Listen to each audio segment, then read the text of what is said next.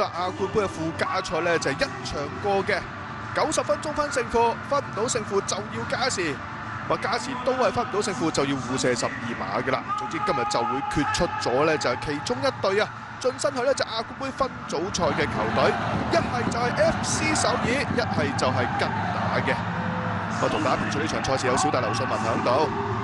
實際上咧就係今日嘅東亞區嘅附加賽方面咧，亦都已經完成咗其中一場波嘅啦。結果咧就係中超嘅球隊上海上港亦都順利咧3-0擊敗咗一隻武里南聯。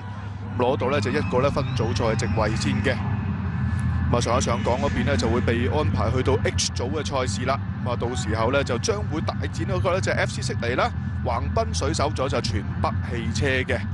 唔知呢邊咧即將送上，亦都會有呢隻 FC 首爾會對住一隻吉打比賽啦。南韓球隊對住馬來西亞嘅球隊嘅。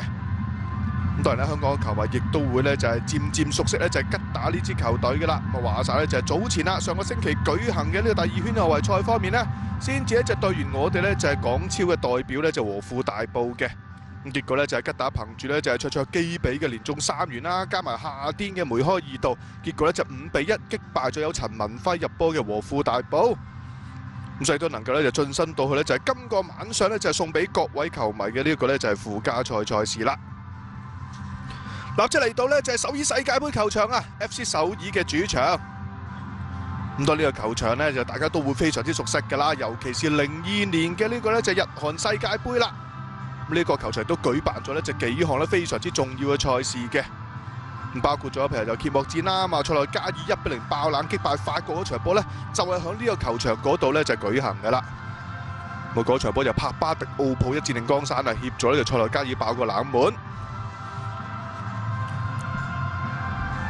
咁都係入場人數就唔係話認真拖嗰隻，但係相信戰情都應該會幾可觀嘅，入球都應該會幾有保證嘅賽事嚟嘅。咁當然賽前方面啦，計實力啊，計主場之利啊 ，FC 首爾係絕對被值得咧，就係值得俾呢一個咧就提高一線嘅球隊嚟嘅。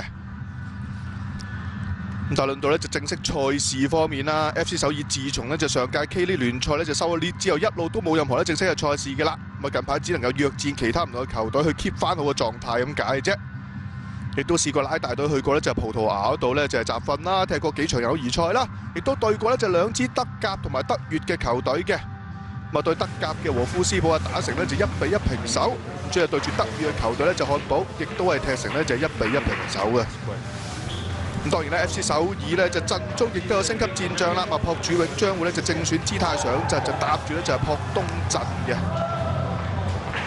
咁相反咧就上屆首席射手之一咧就比錫呢一場波咧就係缺陣嘅嚇。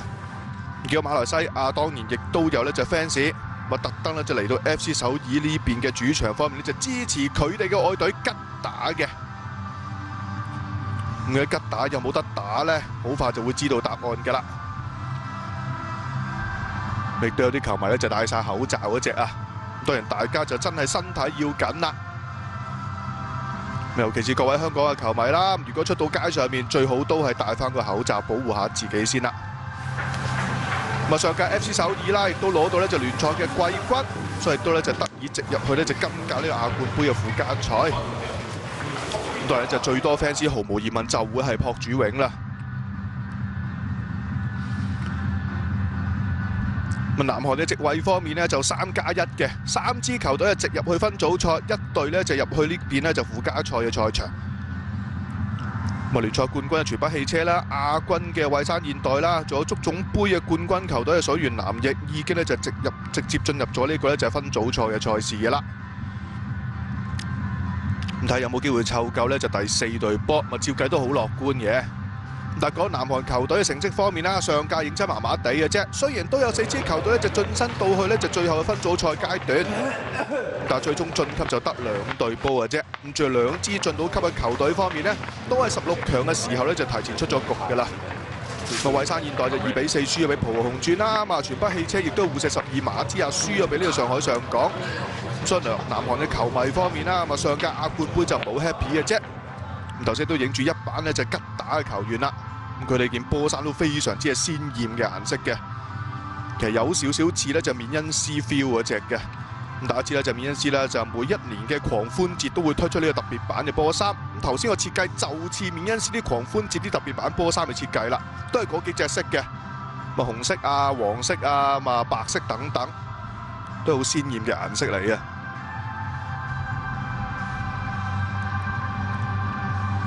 上星期舉行嘅呢個第2圈外圍賽方面啦，吉打亦都係贏得非常之有說服力，5-1大炒呢個大埔。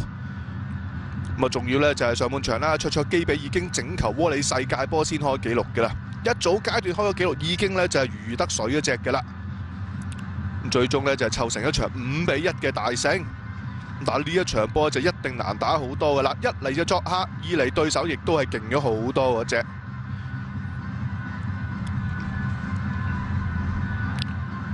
咁吉打其實就上屆馬來西亞嘅超級聯賽方面啦，就攞第4名嘅啫，但係就以咧足總杯冠軍嘅身份咧就參加今屆嘅亞冠杯。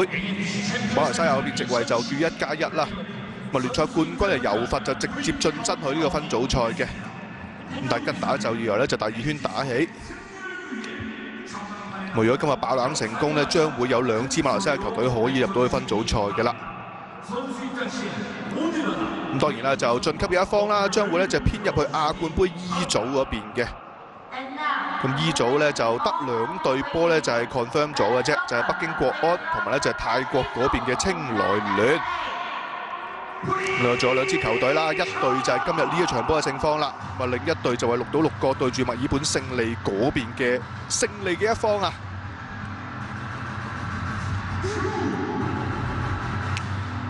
而家同時間舉行，亦都會有咧就係 FC 東京會對住咧就係菲律賓嘅塞列斯啦，咁加埋咧就6賭6個會對住咧就墨爾本勝利嘅。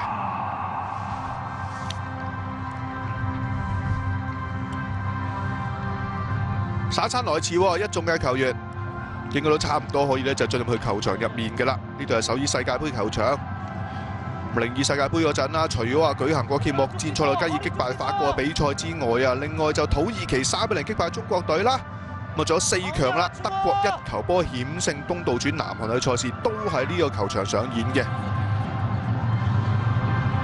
咁德國球迷都一定唔會忘記嗰場4強嘅賽事嘅啦。但係嗰場最傷嘅地方就波力克就攞黃牌啦，交決賽需要呢就係停賽嗰隻。結果咧就係德國去到決賽，亦都係咧就不定咧就有大哨入波嘅巴西隊嘅。好啦，雙方球員我報去球場入面啦噃，都係天氣亦都係非常之寒冷嘅。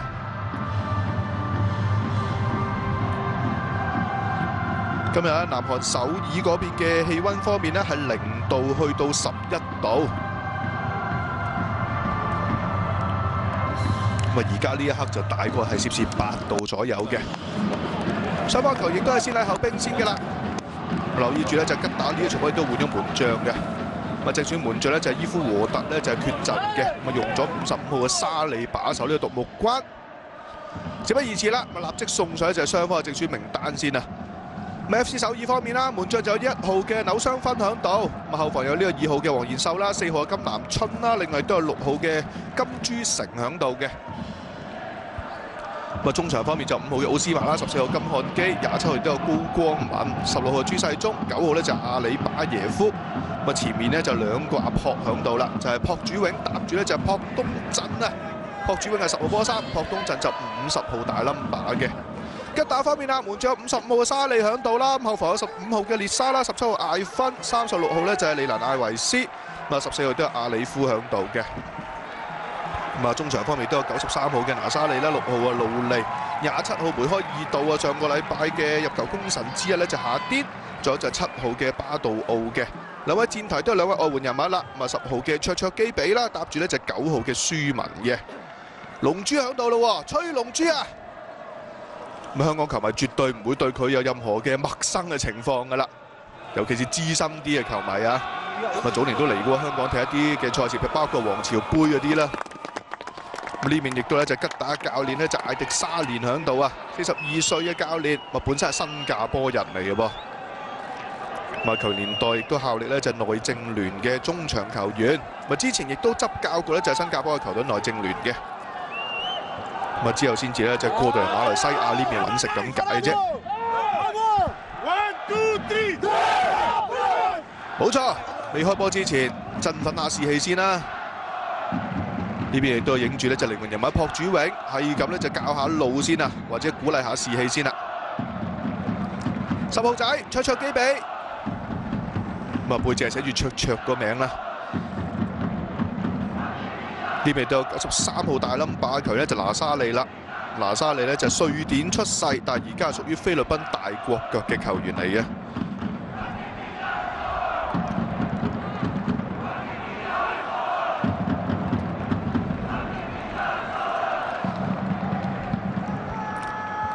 咁主要咧就係 FC 首爾呢邊啦，亦都見到係隊長16號嘅朱世忠。個朱世忠都係陣中咧就比較大名嘅球員啦，打晒代表國家隊都有26場波，入過咧就1球波嘅。咁計人氣就無論如何都不及呢個朴主永啦。門將多咧就柳雙分響度啦。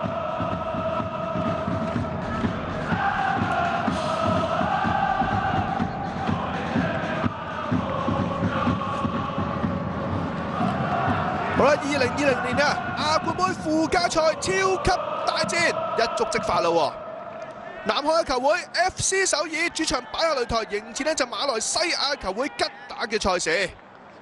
深色波衫，熒光幕左攻右，主場之利嘅 FC 首爾啦。住作客嘅球隊吉打，穿起咧就好鮮豔嘅顏色嘅波衫，當然亦都以白色為主啦，加上幾隻咧好鮮豔嘅顏色。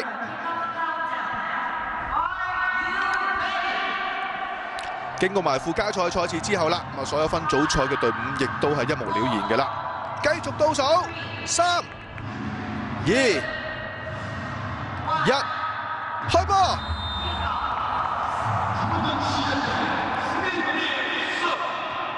！90分鐘一定要咧分到勝負，如果唔係需要咧就係加時再賽嘅賽事，非常之緊張嘅，就唔似咧就係歐聯嗰邊啲附加賽咧要打2個回合啊，再入球嗰啲咁嘅條例。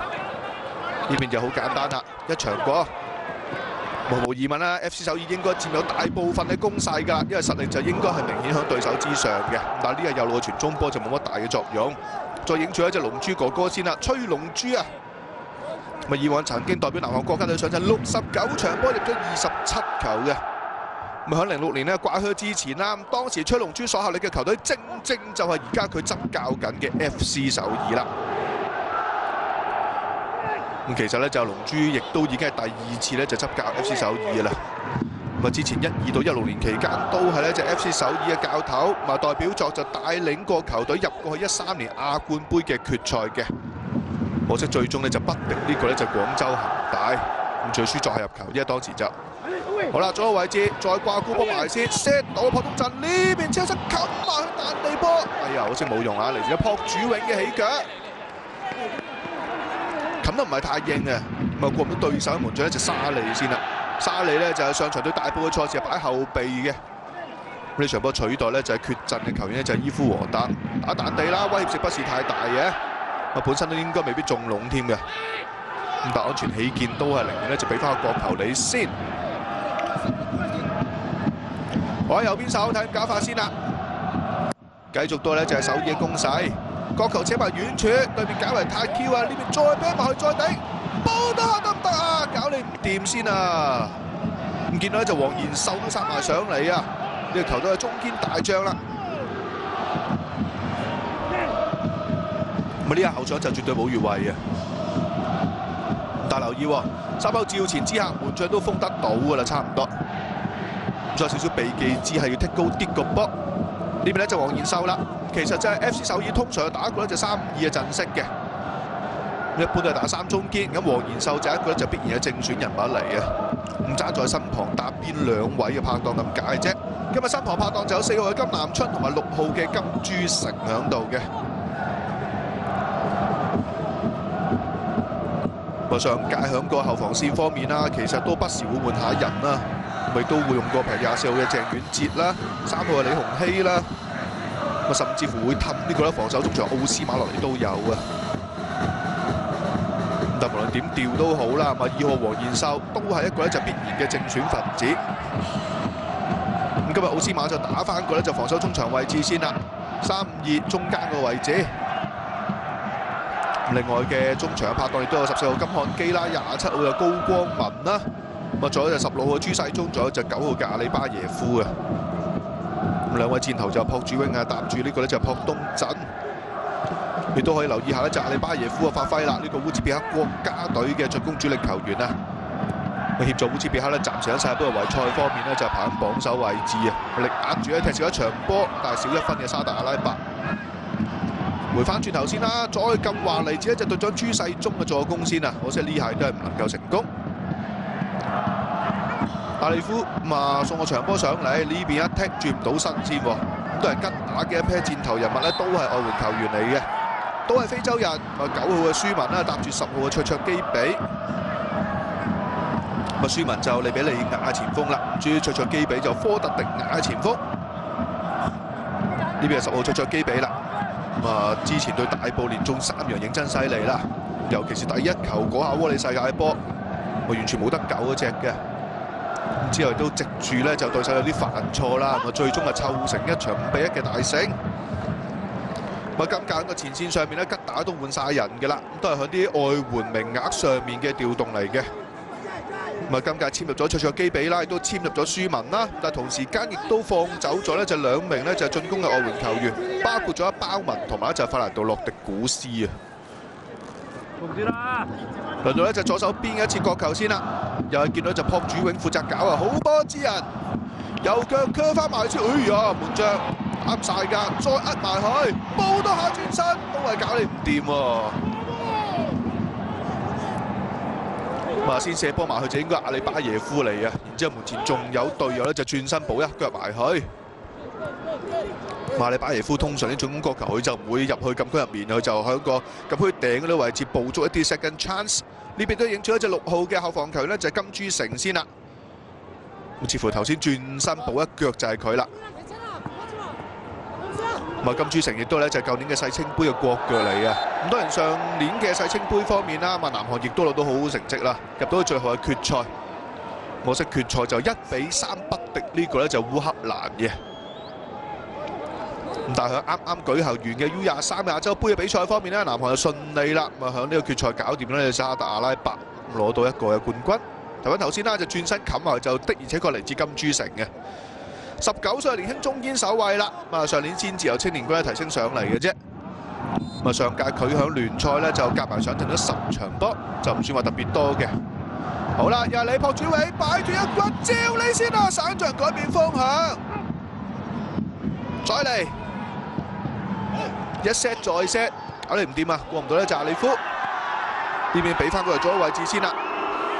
好啦，下啲掂唔掂？27號波衫下啲，佢又挨左手邊少少嘅。啊，上場梅開2度嘅球員啦。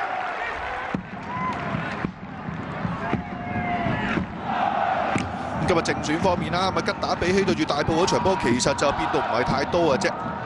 即係本身以為上場會打個即係主攻啲嘅打法啦，呢場波會唔會咧就排多啲中後場嘅球員打個手勢啲嘅陣式咧咁樣？但係主要都係換咗2個位，啊包括咗門將啦，馬沙利取代咗伊夫和特個位，另外就中場用咗咧就係6號強路利啊，咁取代咗一隻8號嘅阿達嘅，咁所以變動嘅不是太大啦。仲有隻 FC 首爾之前踢嗰幾場都係啲友誼賽嚟嘅啫。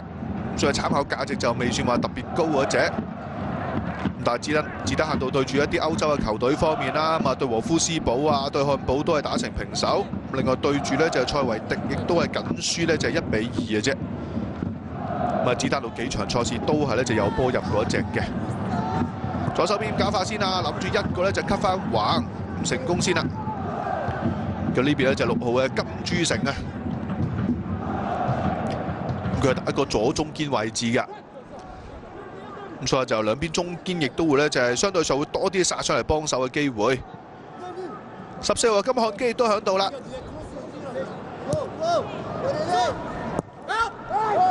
都係24歲嘅啫。實情呢一隊嘅 FC 首爾嘅正選陣容方面啦，個老將唔會話好多，咁啊主要都係朴主永34歲啦，老大哥，咁啊加埋就奧斯馬，咁啊高光文同埋門將柳雙芬，咁啊幾個咧就年過30。咁啊，其餘好多都係一啲咧就當打年紀嘅球員嚟嘅。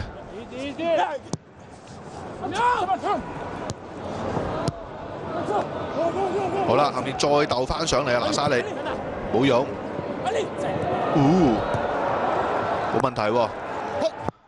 咁對南韓強個對抗性方面都相當之好啊！呢邊再 set 翻轉頭先，亦都係隔離唔掂。咁當然啦，就係呢一場波 FC 首爾就唔係一個好 full team 嘅陣容嚟嘅啫。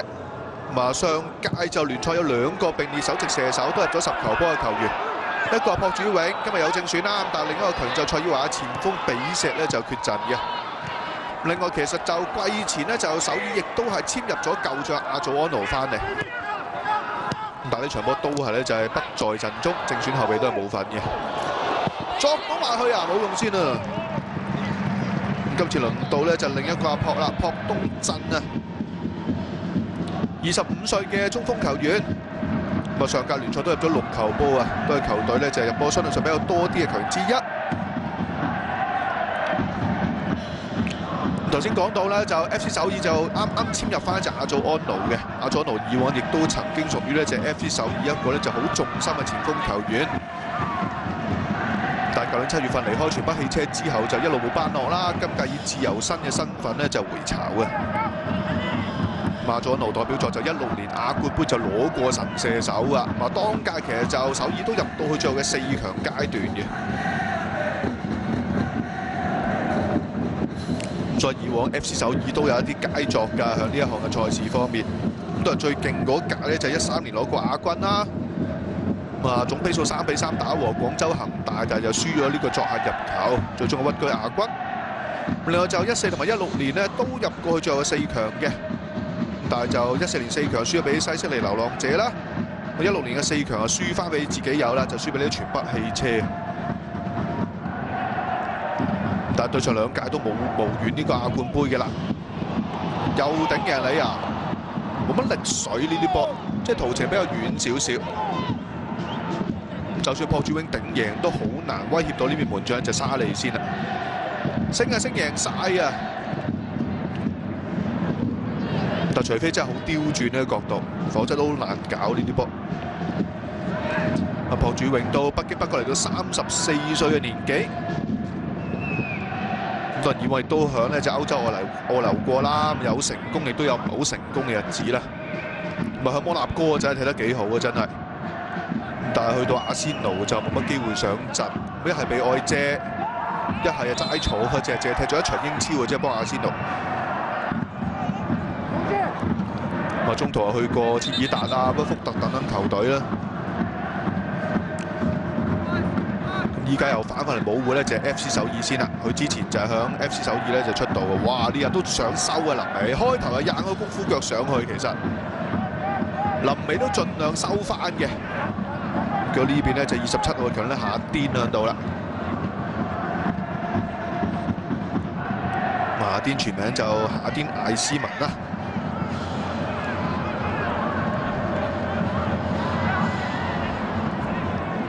都係佢夏甸殺出重圍先，再俾翻上嚟，補多下得唔得先啊？唔成功喎。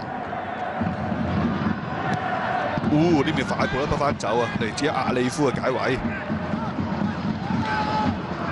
阿里夫啊打過咧就係左閘嘅位置啦，住右閘就15號列沙啦，咁啊中間就靠17號嘅艾芬就搭住最高大嘅守衞啦，1.91米嘅巴西外援咧就係利拿亞維斯。但係喺應付個高波方面啦，今日都唔止一次頂輸俾對手噶啦，一路仲係咧就控制緊大局嘅主隊。試試左路位置先，好啦，兜翻大位再鋤後爭添啊，出唔出到啊？好咯，呢下太大力啦都係。但係見到咧，就金珠城呢個左中堅方面有幾多時候會殺出嚟幫手，今次又係佢啦。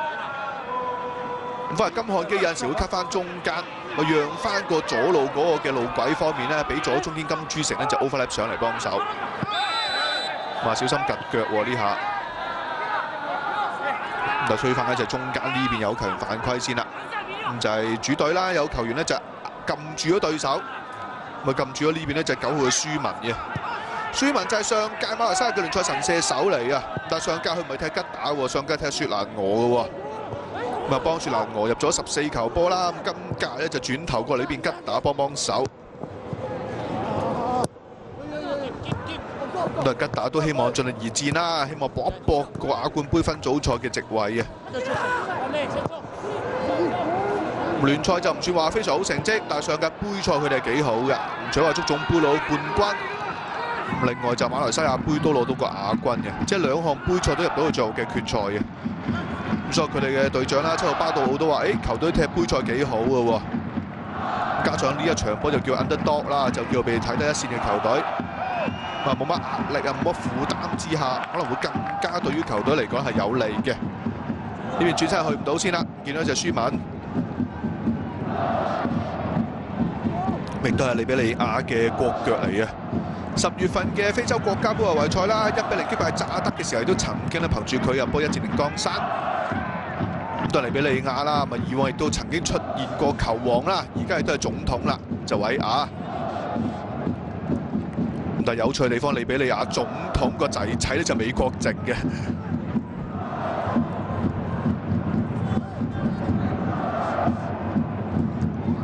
呢邊唔放埋去先啦，都係做啲短波。咁漢基出到㗎啦，俾唔到朴主永，對面再鬥翻走先啦，搞人唔晒嘅。隊長朱世忠擺大位左腳撳射，散族人。呢邊逼人你先啊，舒文。咁多人兩位箭頭都會多啲咧，就翻返去後半場幫手回防㗎啦。呢下就突然間咧就崩一個咧就長波上去，諗住餵俾咧就卓基比啊。咁當然都要靠一啲突擊啦。咪由於一場過，所以亦都唔會有任何嘅再入球嘅情況嘅，即係冇再入球優惠條例嘅。咪打和就加時再和12碼咁解。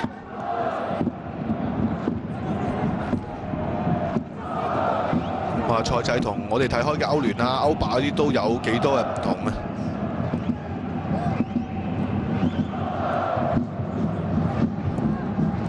今次再刮翻埋先啦，太高啦，俾唔到阿朴主永啊！咪後面嘅朴東鎮亦都係咧就未到住，但暫時係幾中意用兩邊高波啊！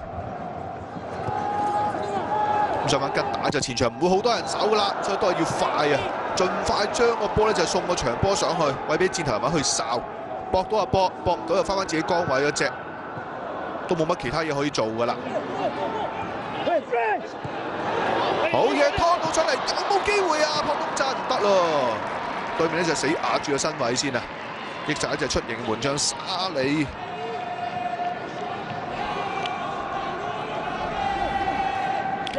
咪一定會係今日最忙碌嘅球員嚟㗎啦，沙利。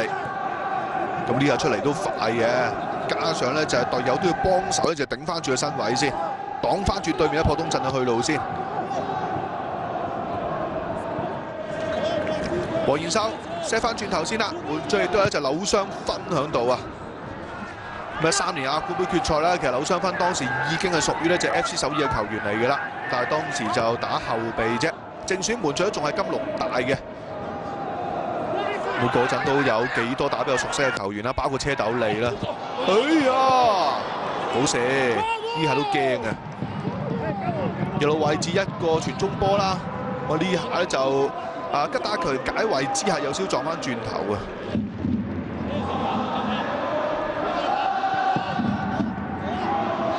啱鞋底係差到咁解嘅啫。咁見到就係36號球員利蘭艾維斯啦，巴西嘅高大中堅球員。咁上屆先加盟球隊嘅，咁之前喺印尼嗰邊揾食嘅喎。咁後嚟呢個咧就係婆羅洲 FC。咁的而且確就利蘭艾維斯啦，同好多巴西球員都係嘅啦，都係即係可以係浪人嚟嘅，球壇浪人嚟嘅。咁全球好多地方都先後效力過嗰隻。咁佢去過葡萄牙啦，去過亞塞拜疆、塞爾維亞，又去過咧就中美洲墨西哥。咁跟住嚟到咧亞洲揾食。打虧先啦，呢係俾牌添啊，都唔使拗啦，利蘭艾維斯一面嘅黃牌啊！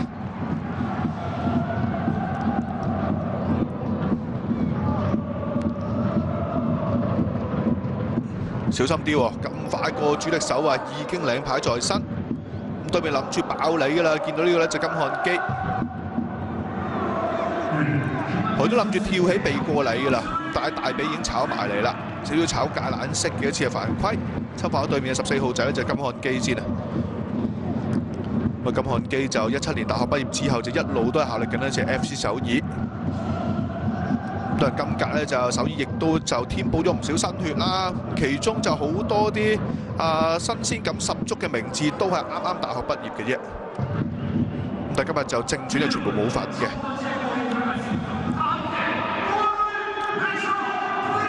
我睇下今次自由球點搞法先啦。朴柱永負責搞啲角球啊，自由球差唔多去包辦咁滯㗎啦。地波，哎呀，攝唔到埋去。咁當然呢啲配合要非常好先得啦。再切個高波先，好去唔去到？好又鬧到埋嚟㗎啦，朴柱永。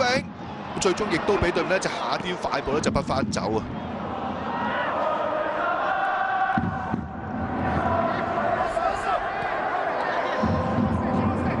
差唔多有80%嘅時間都係響呢隻首爾嘅前半場嗰度咧就運行㗎啦，呢場波就係咪再猜猜先啦？隊長都有朱世忠響度啦。上屆朱世忠就66號啊，今屆改穿16號嘅戰衣。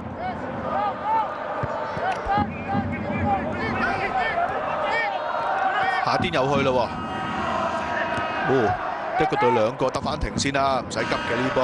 回翻轉頭，阿里夫再一下，但佢不翻上嚟。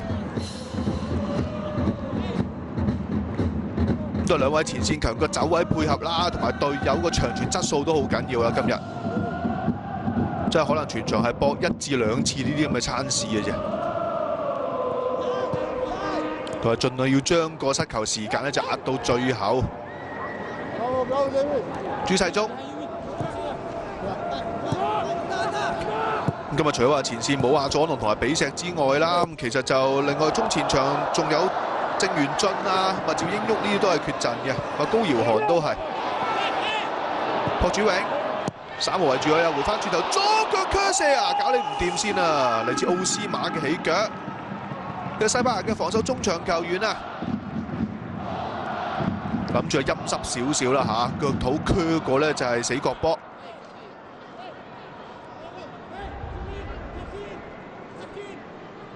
睇翻呢下啦，朴柱永好淡定啦，冇話監粗去嗰隻，佢見到後上有人嗌緊嘅啦，不如回俾隊友咧就奧斯馬去磕。純粹一下陰濕的射門啦！奧斯馬咧就其實以往亦都曾經屬於 FC 首爾嘅隊長嚟嘅，咁當時亦都係球會史上第一位嘅外籍隊長，就16年嗰陣啦。但係之後個隊長臂章都不停咁傳嚟傳去啦，咁又俾個郭泰輝啦，咁新光勳啦，而家其實隊長應該係高堯韓嘅，但係高堯韓今日就缺陣，咁所以輪到咧就朱世忠臨上呢個臂章先啦。又見到一隻阿里巴耶夫喺度，佢都係挨左手面踢波多啲啊！佢加埋咧就金漢基就係挨左邊多啲，再加埋咧就左中堅嘅金珠城。咁所以暫時咧就左路啊側擊個威力方面咧都有翻咁上下嘅，見到。咪影住咧就吉打教頭先啦，就係艾迪沙連喺度啦。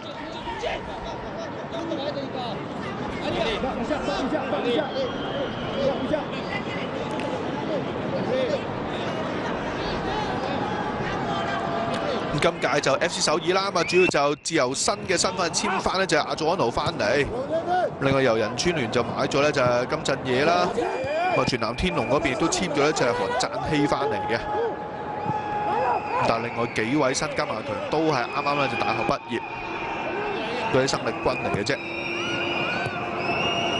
咁咗實力上面會話比上屆有個好大幅度嘅提升咧，以人腳變動咁計又睇唔到嘅。上屆雖然佢攞聯賽嘅季軍啦，但其實就比冠軍同埋亞軍嘅兩隊波咧拋離20幾分嘅。全北汽車同埋蔚山現代都多過咧，就首爾係23分。咁最終啊，全北汽車就同分之下啦，憑住較多嘅得球啦，咪力壓蔚山現代攞到咧上屆冠軍。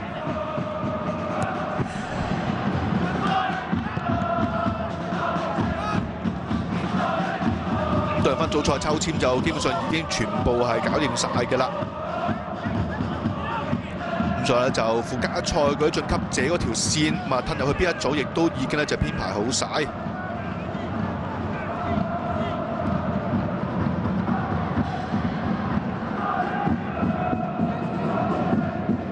咁啊，蔚山現代嗰邊啊抽中咗同上海申花同組啦嚇，咁啊仲有咧就係柏斯光輝。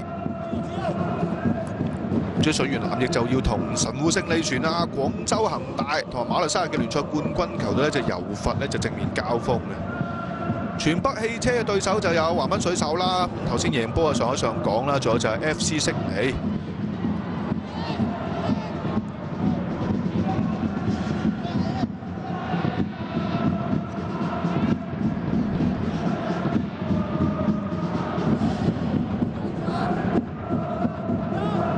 當然由於亞冠杯嘅賽制嘅問題啦，咁啊都係分東亞區同埋西亞區，咁啊東亞4組，西亞亦都係4組嗰隻，能夠參與嘅國家亦都係咧就係嗰幾個嘅國家，將亞洲足協個係數最高嘅幾個嘅國家啦。咁所以好多嘅分組嗰個嘅情況或者個分佈方面咧，都係熟口熟面嗰隻嘅。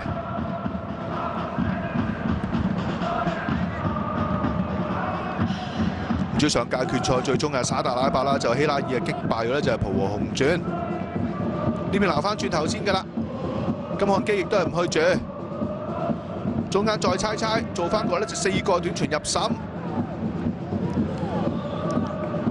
吉打冇一啲咧就好積極或者好壓迫性重嘅打法住嘅，盡量都係頂翻晒11個人喺後半場咁解啫。先做好個咧就係防務嘅陣型先，亦都唔嘥一啲咧就體力。下啲俾到唔得咯，俾對面朱世忠成功拍走咗先啊！好啦，繼續仲係主隊嘅攻勢。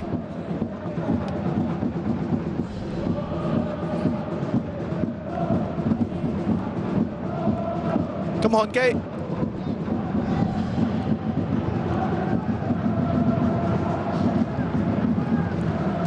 都係保持住耐性先啊，唔敢話貿然咧就掉啲咧就長波埋去住呢一刻就，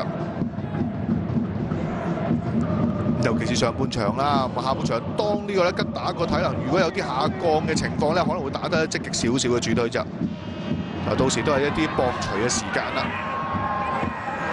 好啦，呢邊啊法洲係攻啦喎，下邊掂唔掂先？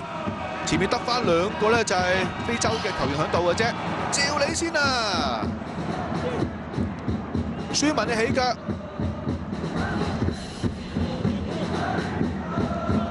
都唔使撒冧嘅，係咁打噶啦，吉打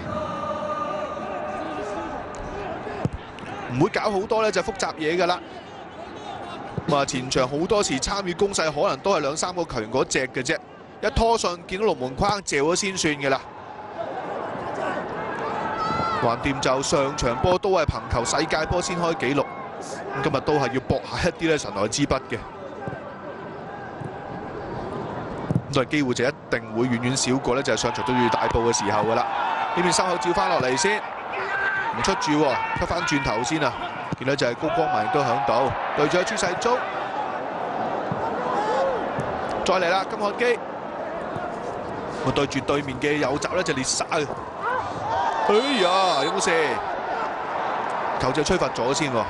吹咗呢邊咧就6號嘅路利啊，胡鬚佬路利，路利就澳洲出世啊，但係就馬來西亞籍。呢下打橫拍咗埋嚟啦，咁啊少少咧就上下5寸位置啊拍低咗對面咧金漢基啊，金漢基就屬於咧就係搏到犯規次數比較多嘅球員，因為佢一嚟打邊路啦，二嚟都比較中意咧就係憑個速度或者技術咧個人突破。咁啊侵犯佢就胡鬚仔咧就路利啦，咁外形係非常突出嘅。實情路利就以往去過德國揾食嘅喎，但係就唔係德甲，而係一啲低組別嘅球隊。咁啊踢過萊比錫國際啦，亦都踢過柏林網球會啊。咁都去到柏林網球會就唔係打網球啦，都係踢足球嘅佢。拖橫照你先啊，唔得咯！呢下冷戰冇乜作用啊。因為始終對面密質質啦，呢啲禁區外嘅起腳都唔係咁容易射得穿晒。咁多人既然唔係下下猜到入去啦，嘛間唔時放下冷戰都係可以一試嘅，即係話唔定有一啲嘅意外驚喜。嗰啲省眾人啊，改變方向嗰啲情況。呢下倒掛解唔晒位，唔緊要啊。咁啊都係輸一個咧就角球啫。嘅呢邊咧就15號仔列沙喺度啊，球隊右閘球員啦。列沙就直情就響吉打呢個城市咧土生土長嘅。我曾經都攞過16年咧就馬來西亞聯賽最佳後防。都係近年比較成功嘅球隊會數到柔佛啦。再話吉打最光輝嘅年代就10零年前嗰陣啦。我曾經試過連續2屆攞到咧就國內嘅3冠王，即係1個聯賽加埋2項杯賽冠軍，係全部咧就包辦晒冠軍。咁就係07同埋08年嗰2屆啦。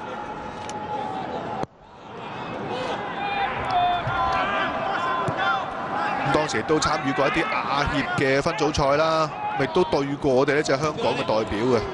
08年嘅亞協杯分組賽就對過南華。咁啊，當時主場同埋作客都係贏嘅，咁但係最後就8強出咗局。09年嗰屆亞協杯咧，佢哋就對過東方，就1勝1和嘅。咁啊，主場就贏過2比0啦，作客就打和過東方咧，就3比3。咁當時東方入球者有馬查道啊、黃振宇啊，仲有包家耀嘅。咁啊，都係好多年前嘅事啦，超過10年嘅啦。唔知亞冠杯方面，佢哋真係闊別咗好耐啦。上次參加就亞冠杯嘅主賽圈咧，已經係94到95年度球季。咁當時仲係舊制度啦。咁啊，結果第一圈2個回合就係對住南韓嘅球會咧，就係城南 FC 係輸咗4比10嘅。呢要快啲揼翻轉頭先啊！見到就阿里夫。咁但係就02年新制嘅亞冠杯，即係 Champions League 嘅年代開始計起咧，吉打就未入過主賽圈嘅。齊傳執翻上嚟先。頂翻住個位，咁所以如果今日爆到冷咧，吉打都叫創造歷史㗎。即係如果單計 Champions League 嘅年代的話，呢邊咧受傷倒地先，7號亦都係咧就巴杜奧喺度啦，都係陣中比較咧就出名嘅球員啊，亦都係陣中嘅隊長。咁啊，賽前好多啲訪問都係揾佢咧係做過訪問嘅對象。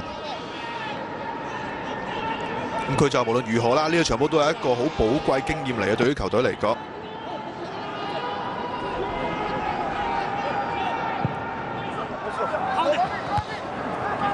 巴杜其實就國際賽經驗都非常之豐富啦，都踢咗50幾場波。右手邊右禮咯，睇點搞法先啦。高光文右路側擊，對面一頭作翻走先。係啊，其實兩邊側擊可以平衡翻少少。同埋可以加翻快少少嘅速度啊！而家沙龍就手耳嗰種速度都係偏慢啲啊。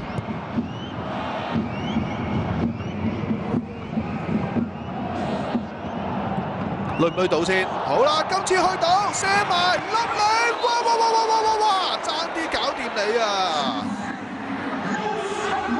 好嘢喎！射波就係呢邊咧，10號仔卓基比啊！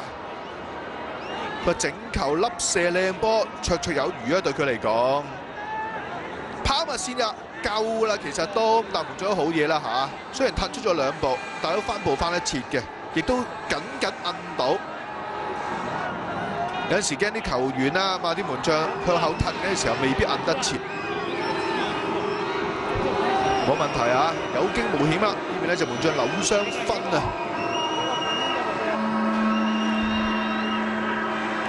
細估唔到喎，最入肉嘅埋門，咪嚟自呢邊咧吉打添啊！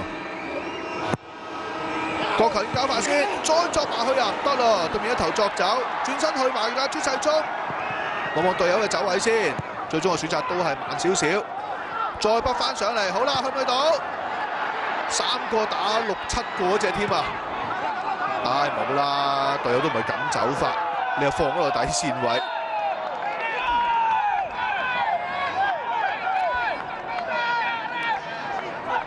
話都好難接應到啊！見到就係朴東澤，俾波咧就阿里巴耶夫啦，烏茲別克嘅國腳。今日正選方面咧，奧援名額就冇用晒嘅，咁啊首爾得2個外援嘅啫，咁啊包括亞援呢邊咧就係阿里巴耶夫啦，咁啊仲有咧就係西班牙嘅球友奧斯馬。睇翻頭先嗰下粒射啦，哇踢埋去，真係好近磅啊！啱啱摁到，都如果撲唔到，係咪真係肯定中籠都好難講，但一定要撲咗先嘅呢啲波就。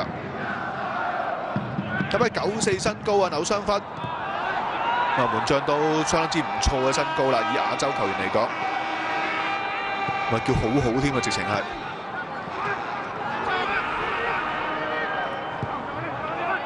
到而家南韓最高人氣門將都係會數到趙賢佑啦，白面殺手趙賢佑。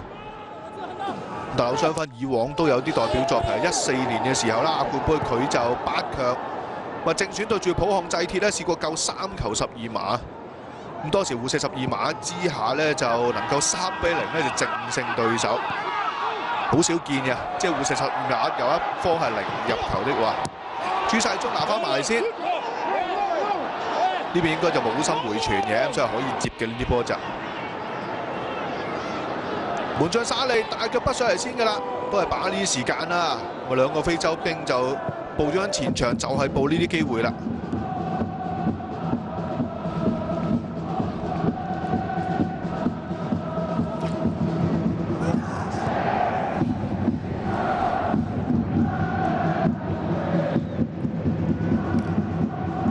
控球指數方面係完全一面倒啊！咁相信就主隊一定係超過就60成時間，甚至乎更多添。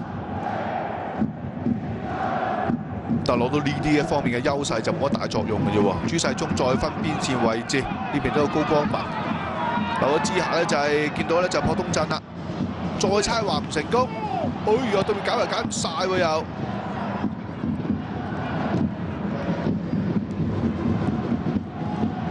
呢邊再攞翻，諗住剔個 1-2啊，俾唔翻係金漢基。都係一 pair 箭頭個分工方面都清晰嘅。咁啊出翻嚟攞波踢啊、停波啊、分波方面咧，朴柱永一定會做多啲嘅。咁朴東鎮就純粹做個接應嘅角色。朴東鎮響禁區面嘅走位都多嘅，咁但係唔係好走得生呢位暫時，啲對面實在排得太密。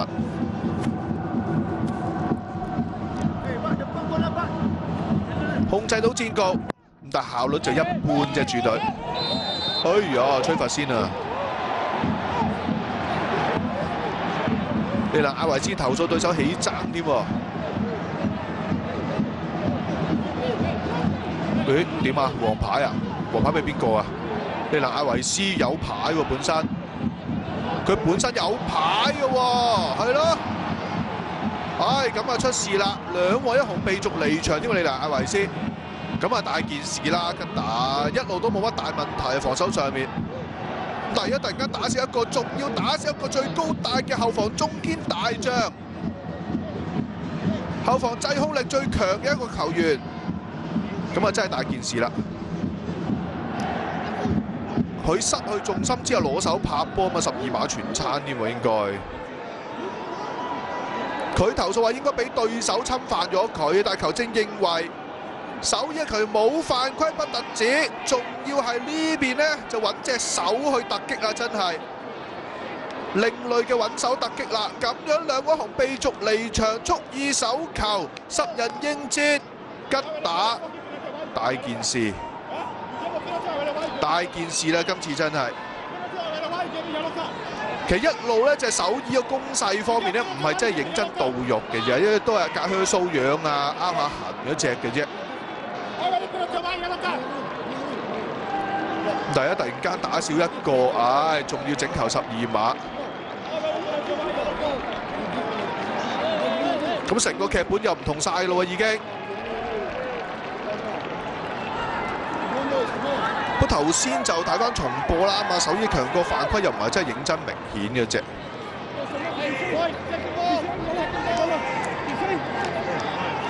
但唔知啊，突然間咧就係利蘭亞維斯跳起咗啦，佢個反應又跨到好大嗰隻，成個跳起。但最無謂嗰樣嘢就真係2隻手舉高仲拍到個波。唉，咁啊出事啦！好，睇埋12碼又用先啊！朴柱永負責操刀，前阿仙奴球員。咁大致咧就係吉打嘅門將沙利。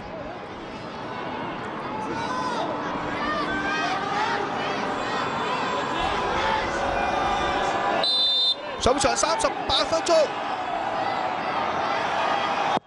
朴主永冇問題，1-0先啊！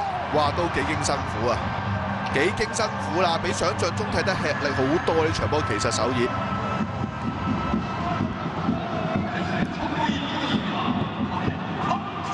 即係踢落，大家見到啦，當然實力都係主隊明顯就好多，但係差距就冇賽前大家預測方面咧就大得咁緊要。睇翻呢下啦，佢真係好奇怪，佢自己跳起添喎，仲要係其實從後摸佢嗰個係自己有添喎。佢可能咧就背脊見到有人拱一拱，咁佢就以為係對手，咁以為係對手，咁佢就自動將個咧就動作放到好大好大嗰隻。但最不智嘅地方係用埋手啊嘛，真係。咁啊頭腦真唔係好清醒啦。咁如果自己有拱你，更加冇得話對手犯規添啦。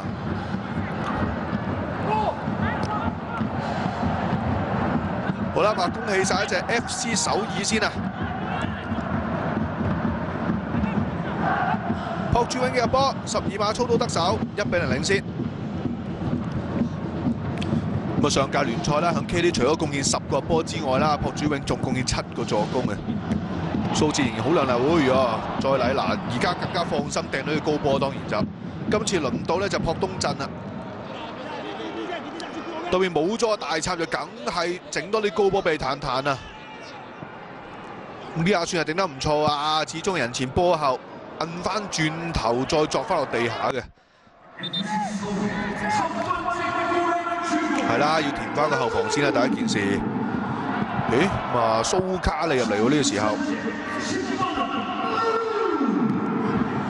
換走咗一隻6號嘅路利。大衛路利推下火線先啦，而家換入咗咧就係30號嘅蘇卡利入嚟，睇啲位置上面點樣執位法啦。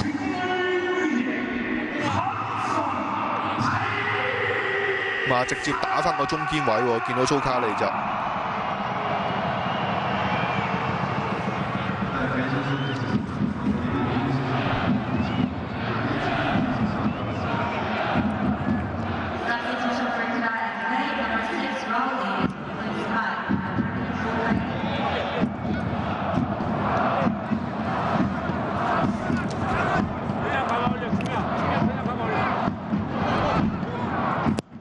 呢個時候右路又有個咧角球機會，扯翻埋嚟，半窩你又唔得啦，好似馬少少避忌啊！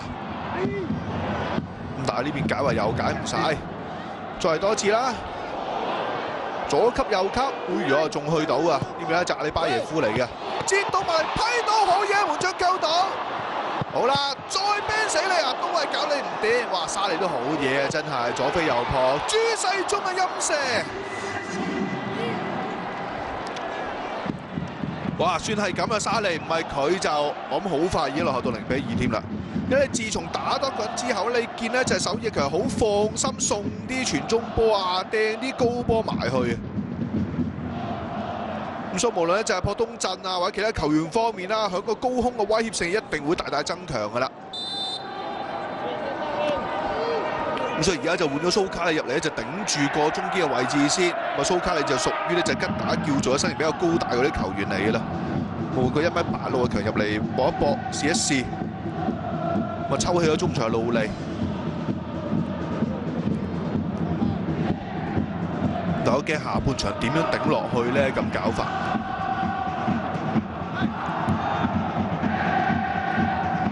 呢邊下啲。長波再教翻上嚟之後就過唔到黃賢手，睇下有冇機會臨翻更衣室之前撳多你一粒啦，咁啊定好多添啊首爾，咁所以而家都定㗎啦，咁啊都放下少少心頭大石嗰隻先，哎呀好嘢喎！嗱門將又反而幾快，叫沙利，爭啲輸多粒㗎啦。哇！你見中間方面啦，朴東鎮啲機會越嚟越多啊！而家頭頂腳踢咁樣，再嚟個遠射先，好似不停咁幫呢邊門將練緊波咁樣。而家但係射擊都冇喎，唔等射波應該咧就係阿里巴耶夫嚟嘅。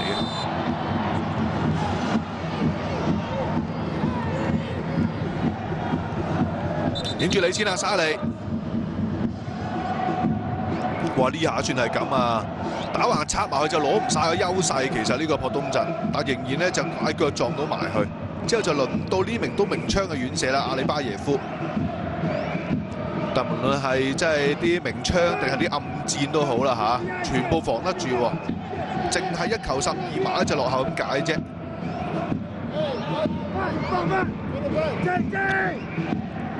咁實情嘅沙利都係咧就其中一個咧就新加盟吉打嘅球員嚟嘅，都係上個月啦12月份嘅時候先至正式加盟球隊。朴主永扯翻埋先啦，頭主落冇用。哎唷，係咁孭翻住你先啊！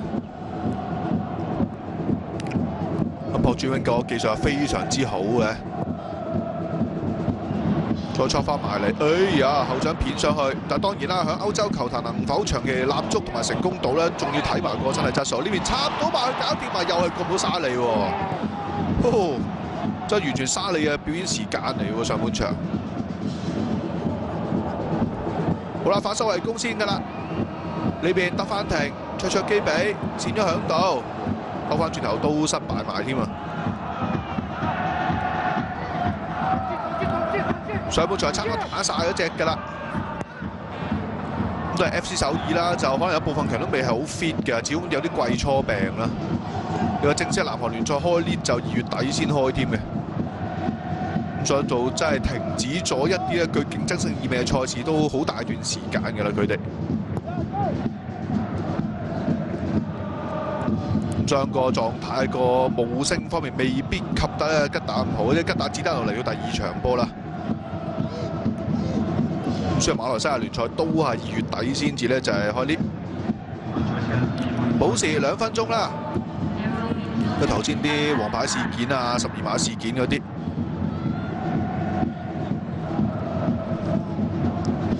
不過利拿亞維斯都難辭其咎㗎啦，即係完全可能即係腦筋上面啦，突然間有啲唔好清醒。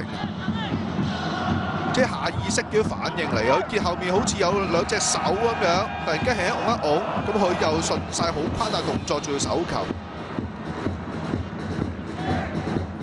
但一嚟動作就好細啦，二嚟更加搞笑嘅地方，後面嗰2隻手其實係隊友隻手嚟添嘅。所謂呢啲嘅自然反應方面，真係要解一解佢嘅。但有陣時有啲球員嗰啲壞習慣方面咧，就硬係改嚟改去都改唔到啊！譬如有啲球員啦，防守人牆，即係守對手罰球嘅時候，就硬係下意識係中意遞高隻手擋下個波咁樣，都係啲差唔多啲 case 啦。咁漢基再刮翻埋先，遠處位置，高光文去唔到先啦，高光文就挨右手邊嘅，咁所以本身佢打左中場都可以嘅。阿里巴耶夫啦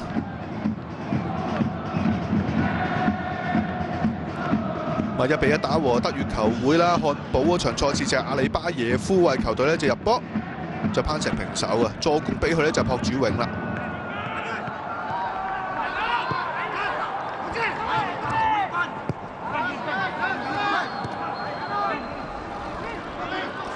好嘢，呢邊轉身。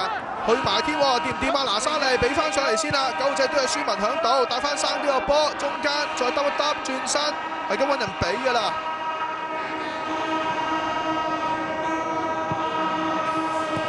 哎呀，唔得咯，呢啲係直線啊，咁俾唔到咧就係9號嘅舒文先，結果上半場都保持2分鐘係咁意啦。咁結果咧就係 FC 首爾唔算得話表現係非常標青之下，但係就發生咗一球咧就係手球12碼事件。咁仲有利拿亞維斯咧就係紅牌被逐離場添嘅。結果咧就係朴主永啊操刀得手啦，協助一隻首爾暫時1比0領先緊呢就係吉打嘅。咁但係兩隊波夾埋最佳球員可能會數到吉打嘅門將沙利噃。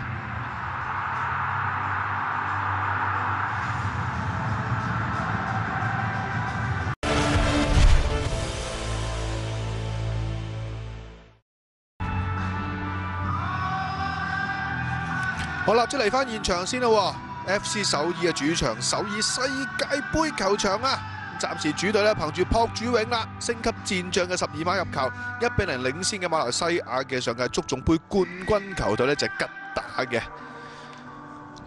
咁啊呢邊都開晒咧就係手機嘅閃光燈嗰隻㗎啦。咁啊當自己睇緊演唱會咁樣啊。咁雖然現場嘅吉位又比較多少少，但留意始終呢個球場都係非常之大嘅球場啦，可以容納咧就超過6萬名嘅球迷嘅本身。我上半場其實吉打雖然落後緊啦，但係講真演出完全唔曳啊！最大鑊就係球12碼嘅啫，但係球12碼就真係難辭其咎啦。即係純粹呢一個咧，就係利拿亞維斯唔知發生咗啲乜嘢事，見後邊有兩隻手咧係輕輕按一按佢啊，以為係對方球員，又將個反應誇大到不得了，兼且手球添。咁結果咧就係兩位紅被逐離場，輸球12碼。但係如果翻到更衣室去睇翻重播，佢會更加猛整自己添啦，因為後面嗰兩隻手係自己有嗰隻手嚟添啊，仲要係。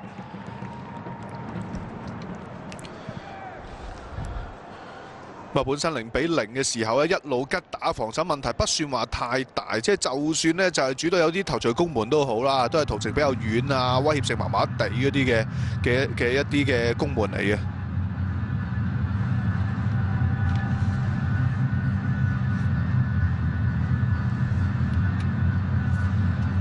但門將咧就沙利毫無疑問就係上半場啦，咁啊甚至乎係兩隊夾埋演出最優秀嘅球員，左飛右撲，唔係憑住佢出色嘅表現呢，可能吉打上半場已經落後緊2球，甚至乎更多噶啦。眾志成城啦，搏埋呢45分鐘啦，咁但係而家形勢已經急轉直下。呢邊咧就係 FC 首爾，亦都係咧就繼續圍埋一個圈先噶啦。同場嘅賽事方面啦，東京嗰邊就1球波啊，領先緊咧菲律賓嘅球會咧就塞列斯，6到6角就仲係打和緊墨爾本勝利係0-0嘅啫。好啦，下半場即將展開㗎啦，亞冠杯附加賽嘅超級戲碼 ，FC 首爾對住一隻吉打嘅比賽，繼續劉信文響度嘅。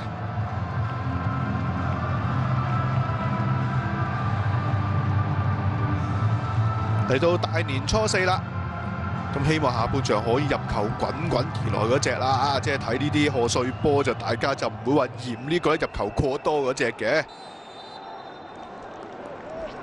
咁到上半場咧就吉打，由於咧就有球員咧就被逐離場啦，利拿亞維斯領紅牌，所以當時亦都已經換咗人㗎啦，換入咗呢個咧就蘇卡利咧就入咗嚟咧就頂過中堅嘅位置，咁所以本身蘇卡利就係一個攻擊球員嚟嘅。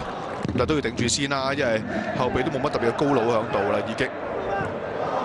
好，右手邊叫呢邊咧高光文喺度。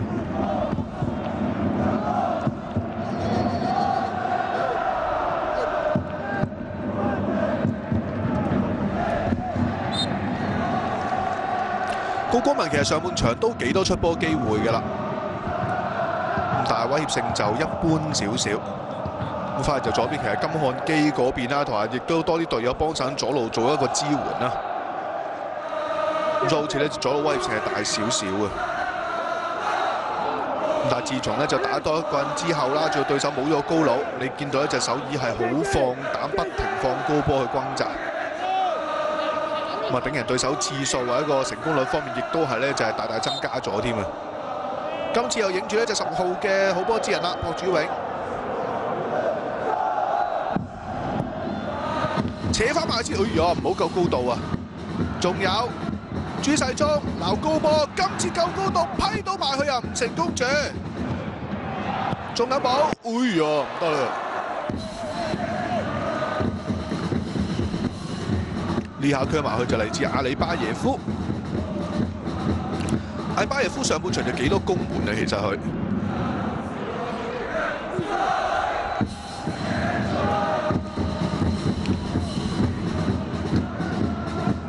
但好多都嚟自咧就禁區外嘅啲起腳啦，但係見到佢左右兩隻腳都 OK 嘅，都有個咧就係射術響度嘅。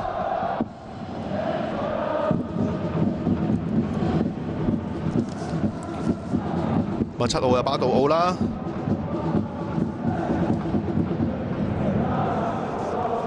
佢又非常之不滿啊，係咁向呢個咧就係球證投訴。咁啊，鬥翻上嚟嘅時候，對面有個咧就比較遲少少嘅出腳啊，拍咗埋嚟。咁應該就阿里巴耶夫拍咗埋嚟，係冇錯啦。大家伸出啲友誼之手先啦，都唔係特別矛嘅，但係只不過嚟嘅時間真係慢咗咁解。列沙俾翻橫先，中間去唔去到？唔得住。拿沙里再會。拿沙利呢個中場中路嘅球員方面呢，就瑞典出世，但係菲律賓嘅國腳嚟嘅，佢喺馬毛嗰邊出世啊。但係血統方面，佢就係伊朗同埋菲律賓嘅混血兒嚟嘅。大家知道啦嘛，近年菲律賓國家隊都有好多咧，就係即係本身係歐洲出世或者歐洲長大嗰啲球員入籍啦。都睇翻啲父母有冇啲咩咧，就係菲律賓嘅血統啦。咁所以菲律賓咧就響亞洲足球個戰鬥力方面亦都提升咗唔少嘅已經。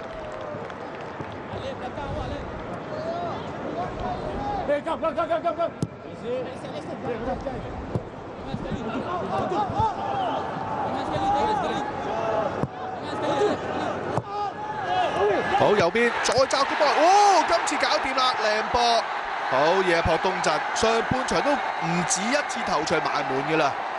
第一係自己頂得唔好，一係就受壓之下就頂得麻麻地啦。咪再唔係咧頂應嗰啲波咧就俾門將沙利一救出嘅，今次冇得救啦。拋開比數2-0，下半場只不過咧就係49分鐘，即係後場開波4分鐘嘅啫。啊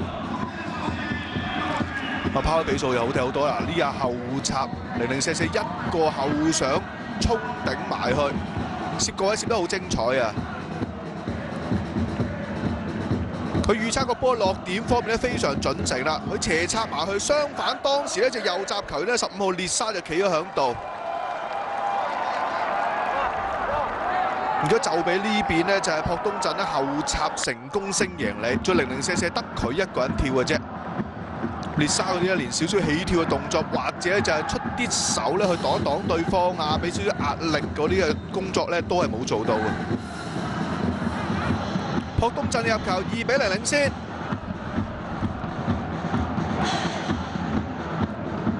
個朴東鎮咧就18年嚟自光州 FC 啦。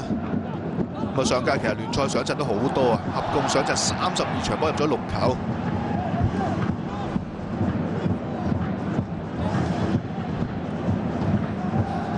嗱新球季啦，如果佢哋真係希望挑戰下全北汽車或者蔚山現代呢啲球隊咧，其實仲需要加強一啲咧，就係陣容上面嗰個調整嘅。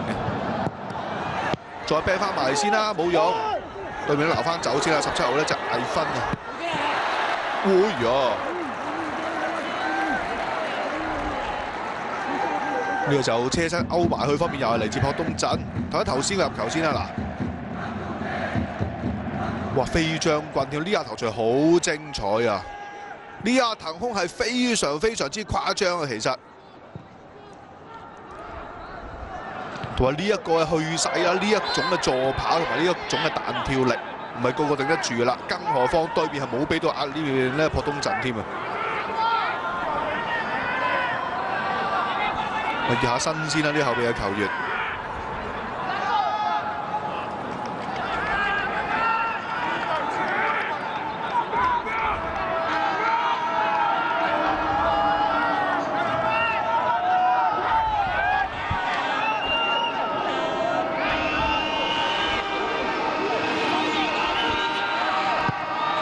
好啦，今次自由球加法先，喂呀，出事啦！真係都係頭槌精彩入波，不過頂翻自己龍門入面喎，真係。奧斯馬越幫越忙添啊！呢下就兩隊夾埋最高大強就係佢啦，其實1.92嘅身高，唉慘啊！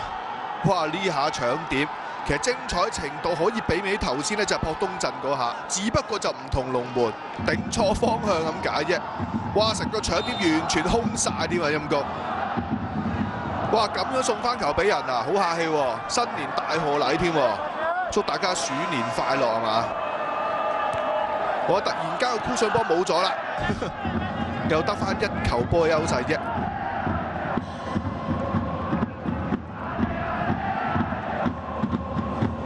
擺烏龍嘅強就西班牙嘅防守中場嘅奧斯馬，奧斯馬就本身係桑坦德嗰邊出道啊佢。嗱翻埋嚟先啦，繼續咧就炸高波，攞翻順左腳嚼你先啊，唔成功。今次奧斯馬揸翻橫先啦，隊長咧就係朱世忠，高光文就緊位嘅啦，啄翻上嚟，高光文就16年入選過咧就 K League 啦，韓職聯方面咧就最佳11人嘅，亦都係上屆一個主力嘅球員。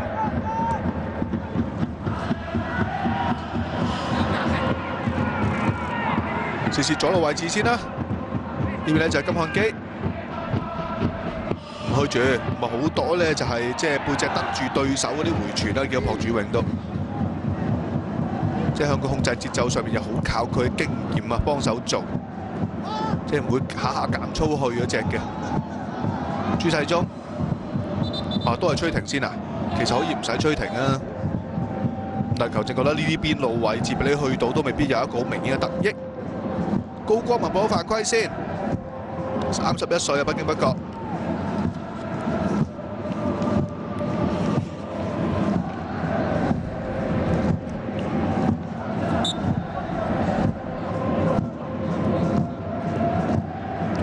今屆就首爾方面啦，放走嘅主力就唔好多嘅啫，主要就中場嘅李明柱啊走咗人，去咗亞聯酋揾食，後嚟都艾華達。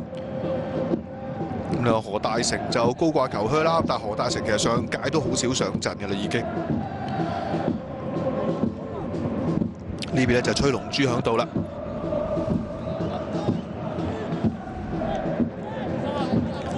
咁對佢嚟講，佢要求就一場漂亮嘅大勝咧，一定係。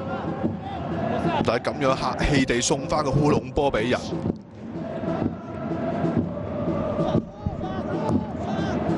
吹龍珠個陣式上面咧就長期忠誠於咧就3-2陣式嘅佢就，但係都係一個咧就個進攻意欲比較強啲嘅教頭。哎呀！呢短波出事喎，小心啲啊！真係唔好放鬆啊！你再送多一份呢個新年大賀禮咧，真係邊度都唔使去變咗。呢邊咧就6號嘅金珠城啦。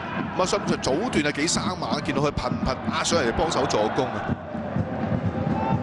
呢個球隊嘅青訓產品，嚟到右邊手啦，見到就黃賢秀都拍埋上嚟。對面落嘅應該慢咗，其實見到14號阿里夫。呢邊都影住27號嘅夏甸先，但係球證冇吹罰到頭先落腳嘅阿里夫。黃賢秀以往響啲即係青年級別嘅梯隊方面都代表過國家隊好多次嘅啦。18年嘅亞運啦，另外就當年嘅 U23亞洲杯都係當時南韓嘅小國腳。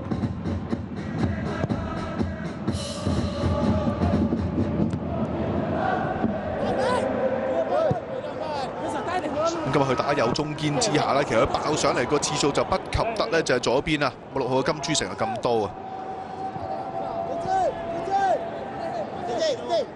卓基比，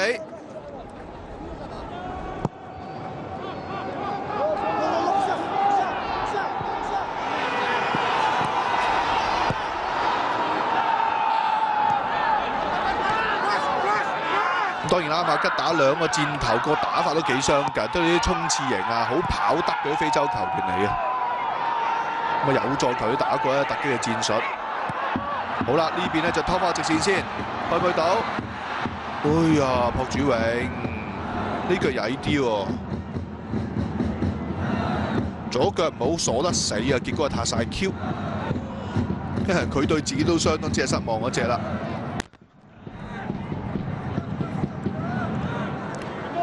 對上一次參與亞冠杯嘅分組賽啦，FC 首爾數翻17年嘅時候。咁當時分組賽方面咧，朴主永都入咗2球，不過嗰2場嘅賽事都係作客嘅大敗嘅賽事嚟嘅。2比5啊輸俾浦和紅鑽啦，2比4都輸俾呢個咧就上海上港。咁當時都唔少隊友都離開咗球隊嘅啦，譬如就隊友丹澤奴域啊，咁啊揾日陸嗰啲啦，揾日陸之後就去咗日本嗰邊啦。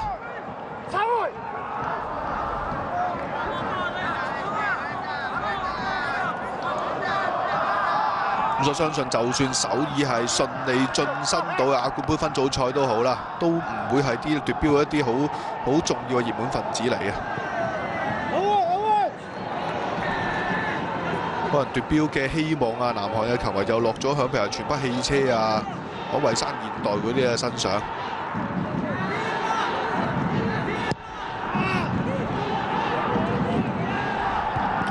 咁啊，講到附加賽同時間嘅賽事方面啦，鹿島鹿角就出緊事喎，0-1喎，而家落後緊俾呢個墨爾本勝利。咁啊，東京仲係1球領先緊呢個咧就係塞列斯啊。咁但係總之全部都已經有波入啦，但係都係1球波嘅差距嘅啫，都仲有變數嘅。好啦，都有高波揸埋先啊，單場打走，補多下塔咗叫金漢基補，哎呀唔得咯，再出腳呢下吹罰啦。呢下應該吹佢咗危險動作嘅金漢基入，對面諗住頂冇理由再諗住撩隻左腳上去，但同一時間亦都有一隻門將沙利受傷先嘅。出波喺朱世忠啦，佢個波埋嚟落點都唔錯，但係呢下反而沙利俾自己有阻住咗，唔係自己有阻住咧，就應該會打得輕鬆好多。跟住呢下金漢基啦，撩隻腳，佢雖然撩中波，但球證認為佢起腳過高，吹罰咗佢咧危險動作先嘅。門將呢下受傷就唔關對手事啊，當然就啊，咁啊純粹自己有類事咁解嘅啫，唔好有事啊！即係本身嘅正選咧，伊夫和德已經不在陣中㗎啦，已經缺緊陣㗎啦。仲有沙利今日發揮咁理想，55號超級大冧把。咁啊，今屆吉打就買咗好多新球員啦，除咗前鋒就簽入咗舒文同埋出基比之外，咁啊後防都簽入咗艾芬啦。咁啊中場亦都有一隻夏甸啊、拿沙利嗰啲加盟。咁啊，另外蘇卡利啊同埋門將沙利呢啲都係呢隻啱啱先新加盟吉打嘅球員嚟嘅。咁但係上屆聯賽首席射手咧就係法蘭道洛迪古斯又去咗尤佛嗰邊啦。咁即係嚟緊亞冠杯分組賽都應該會見到法蘭道洛迪古斯嘅啦。最後喺足總杯啊奪標功臣啦，足總杯嘅首席射手啊包文方面去印尼揾食，效力呢個亞雷馬。其實好多外援都係啊，如果去開東南亞就係響嗰幾個國家度走嚟走去，會中意。印尼啊、馬來西亞、菲律賓等等幾個國家啦，就會走嚟走去。當然仲有泰國添啦。但可惜啦，頭先武里南聯就輸咗波啦，咁所以就泰國嘅分組賽代表就靠晒清萊聯嗰邊嘅啦。咁啊，清萊聯就係同北京國安同埋呢一場波勝方會同組嘅球隊。高波拖唔前啊，朴東鎮啊。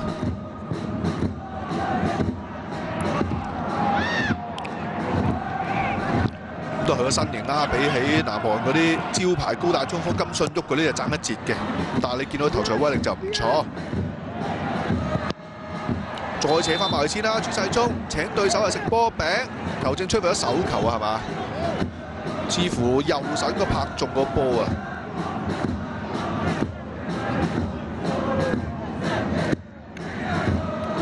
朱世忠一扯，哇係！真係塊面都擋晒喎，但係應該隻手中個波先嘅。佢呢邊14號啊，左閘阿里夫喺度啦，29歲嘅左邊後防球員，我舊年先加盟球隊嘅啫。佢就上個星期先至係29歲正嘅生日啊，1月19號出世。先就隻手揩中下波先至再中面啦，再球就吹罰咗嘅。罰球有冇機會俾阿朴主榮又表演下啲罰球嗰啲嘅技術啊？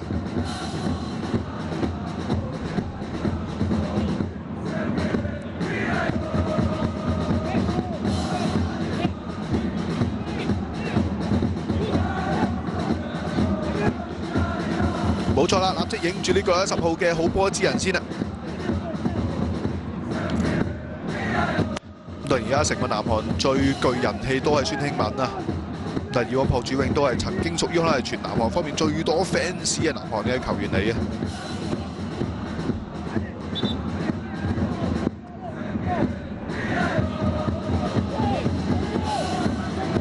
球隻指翻人牆先。當然而家咧就進攻嘅反人牆方面咧，就要同呢個防守人牆方面咧就距離1米或以上嘅。總之要隔一隔先啦，唔可以逼咗埋去啦。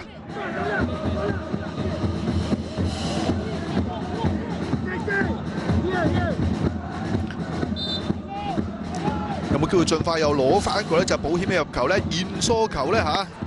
哇，搞掂！奧斯馬喎，掂啦，將功補過。奧斯馬頭先超靚頭槌烏龍波，今次射啱龍門先啦，射啱龍門先啦。佢都尷尬笑容啊，因為頭先個頭槌真係好精彩個烏龍波啫，搶點啊、升高啊、時間啊，作埋去嗰個嘅力水都係一流啊！今次左棍重炮搞掂你先，右腳本身係朴主永啊，咁但係就左棍係靠晒邊嘅奧斯馬，一個字夠勁啊，嘭一聲！同埋可能無論係防守人牆啊，同埋門將嘅心思或者個注意力咧，都集中咗喺朴主永身上。但係細估唔到啦，都以為仲度緊步嘅時候，突然間嘭一聲，呢邊已經左個重炮就入咗啦，射咗入埋添啦，奧斯馬將功補過，3-1，又攞翻個現疏球先。本身係防守中場啦，但係上屆亦都不時會褪咗落去打過一散中堅之一嘅呢個球員。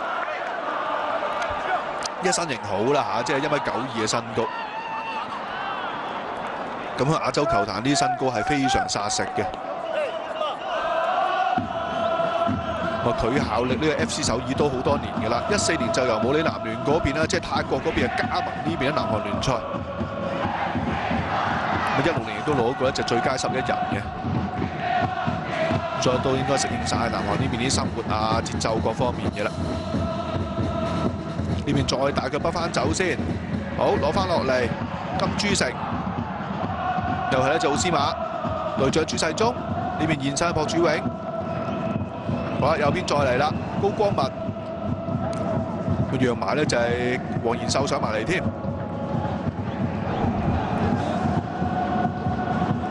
呢下撩下冇用喎，高光文俾失咗。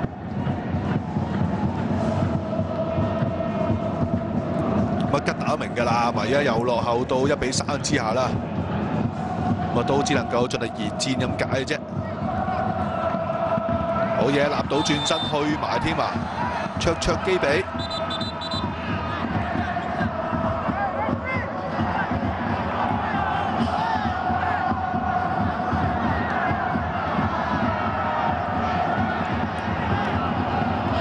球仔吹罰咗嘅啫，但係就冇話咧就俾牌嗰隻嘅。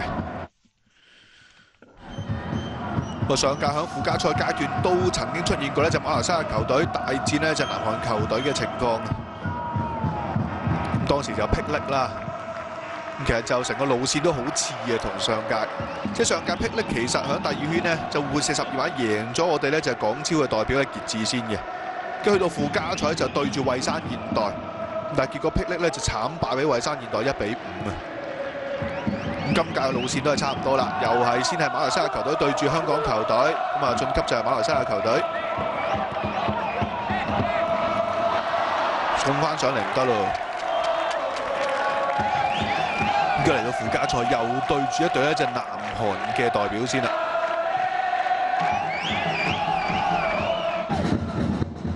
再睇頭先啦，嗱仲係指手畫腳褪緊步朴主永，然之後後上已經左腳衝射得手㗎啦。即係每一個細節都做得好好啊！正所謂做戲做全套，咁朴主永都有啲間接功勞啊，所以就即係完全引晒對手嘅目光啊！以為佢褪翻後2步，係咪慢慢再度一度之後就朴主永射咧？原來唔係，咁多人左腳大位添啦。但係呢下就以力度取勝嘅一個罰球，越嚟越樂觀㗎啦！可以進身去呢個分組賽嘅階段。亦都可以一掃叫3年之癢啦，重新參與呢個咧就亞冠杯嘅呢個主賽圈嘅盛事。有冇機會盡快拋開埋比數添呢？好啦，普通陣回翻轉頭，仲有朱世忠嘅勁射，散中人先。反周圍攻都放唔到前啊，見到下跌。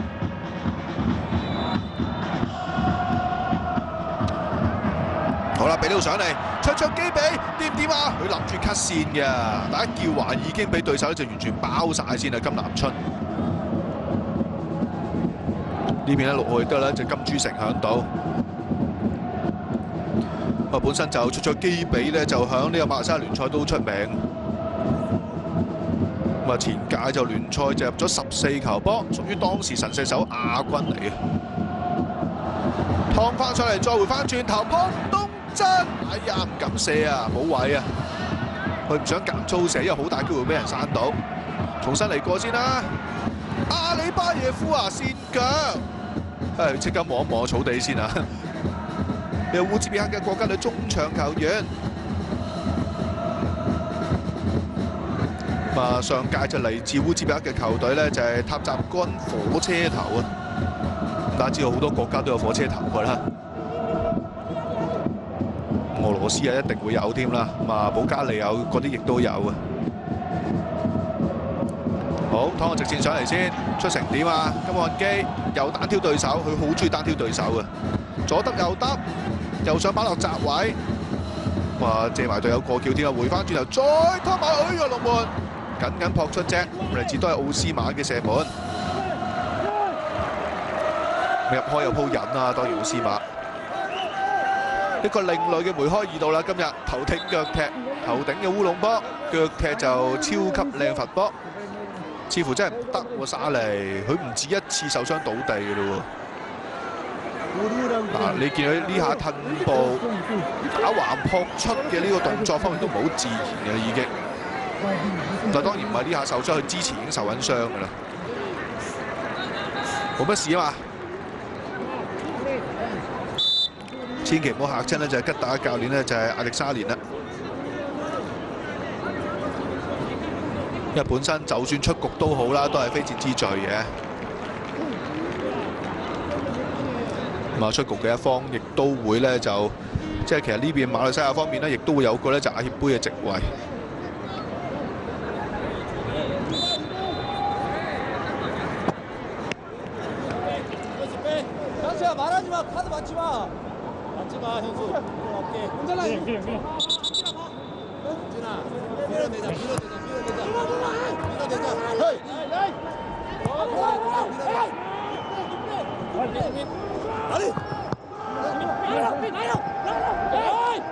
更正翻先，馬來西亞就應該冇喎個席位就係，咁就會由其他嘅國家嗰度咧就係攞到呢個位置。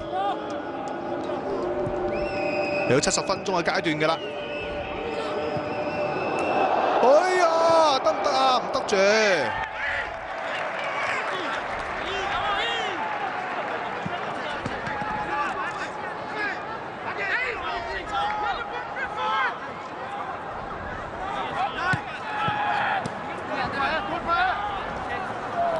咁到嚟緊亞協杯方面啦，我哋香港亦都會有2支嘅代表嘅球隊。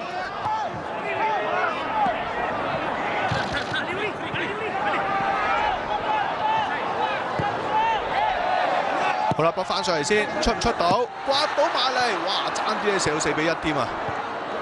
可惜就朱世忠咧就跣咗腳先，去唔去到？呢邊再諗翻程上嚟，唔得，過唔到呢邊咧就奧斯馬先，都係咧就朱世忠。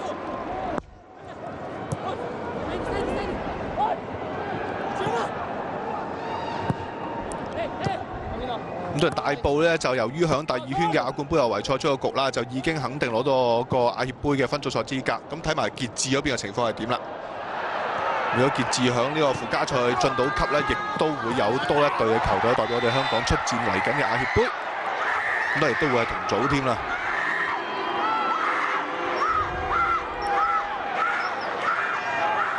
大埔嗰組方面仲有中華台北嘅北市大同啦。另外仲有咧就係澳門嗰邊嘅周北記嘅。今屆對於香港球迷有個好嘅消息咧，就唔需要千里迢迢去到咧就北韓嗰邊咧就撐佢哋愛隊啦。因為大家知道咧就下去到北韓嗰邊咧就睇一場作客賽事方面咧就好重皮費嘅，即係北韓啲團費真係唔平啊。咁相反你去澳門啊或者去台灣嗰邊咧就睇波就開心得多啦，應該就。亦都可以慳好多嘅金錢添。呢邊批翻走先啦。叫2號咧就黃賢秀，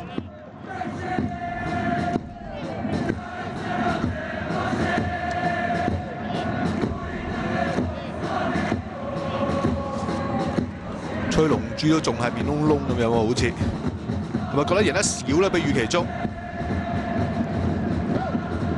咁啊3比1，仲要大部分時間打多一個人嘅優勢啦。呢個比數其實就唔係特別理想嘅。好啦，轉身再變翻橫，吉打再送個長波出嚟，諗住餵俾咧就係卓基比嘅啦，唔成功。後面仲有嘅15號仔都有一隻列沙喺度，讓翻過嚟都係卓基比。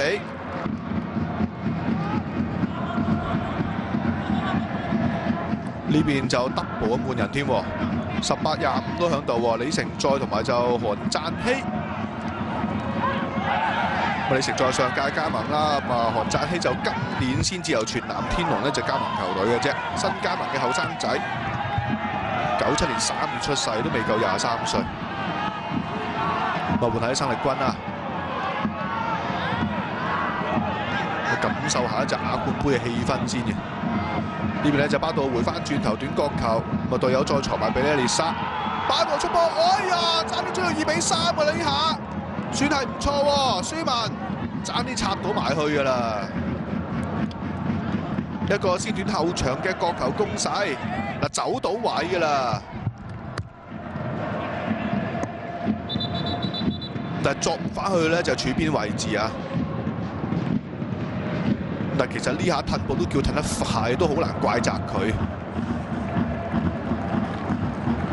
好啦，又換下人先啦，嘛50號入球功臣朴東鎮呢個時候咧退下火線啦，有18號嘅李成載啊，都係另一個嘅年青嘅前鋒球員，21歲仔嘅啫。咁啊嚟緊下星期先至22歲生日，咁啊就25號韓贊希亦都入咗嚟啦，就抽起咗咧就係隊長16號嘅朱世忠嘅。連換2個，咁啊將而家咧就係球場入面嘅平均年紀再進一步咧就推低先啦。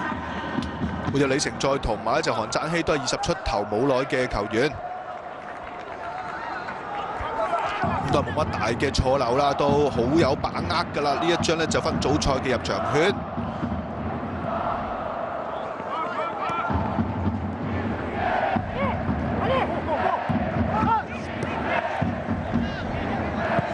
當然啦，嚟緊 K League 開 League 嘅時候就2月29號啦，即係2月 last 嗰日啦，就會再對住蔚山現代嘅，到時呢個 FC 首爾，即係第一週已經係超級硬仗嚟啦喎！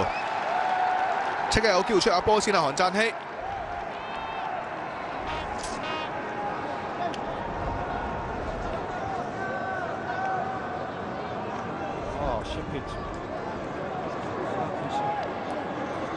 咁啊！自從甩開翻呢個咧3比1嘅比數之後啦，都唔會特別同你急㗎啦。見到一隻 FC 首爾，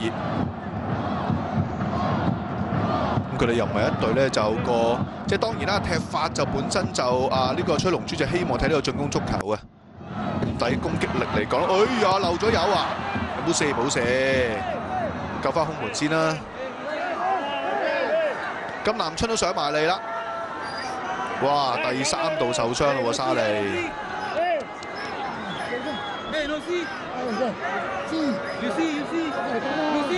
今次嘅金南春想鬥之下，佢撲咗埋嚟，有少少碰撞啦。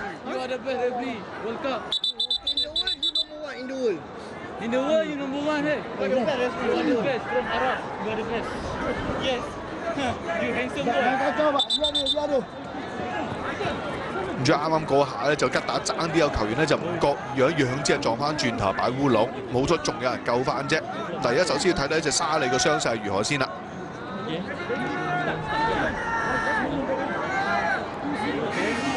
佢已經下半場至少第3度受傷㗎啦，佢嘅左手手臂。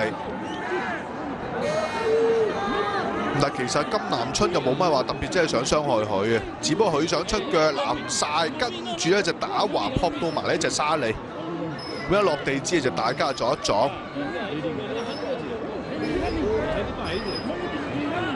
但係上半場演出真係非常之精彩啊！都要俾啲掌聲呢一位29歲嘅門將。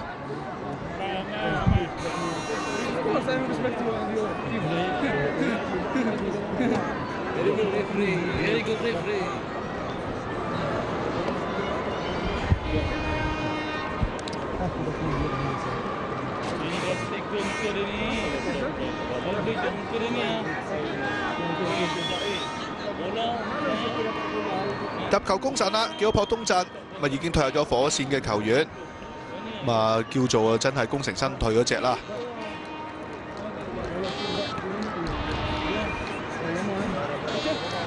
咁當嚟緊分組賽咧，好快亦都會咧就正式展開，咪月中嘅時候就會正式展開㗎啦。咁即係其實就無論係K League 啦，定還是馬來西亞聯賽都未開 League 之前呢，已經會有呢個咧分組賽要踢先㗎啦。咁所以真係需要盡快將嗰啲狀態提升啦。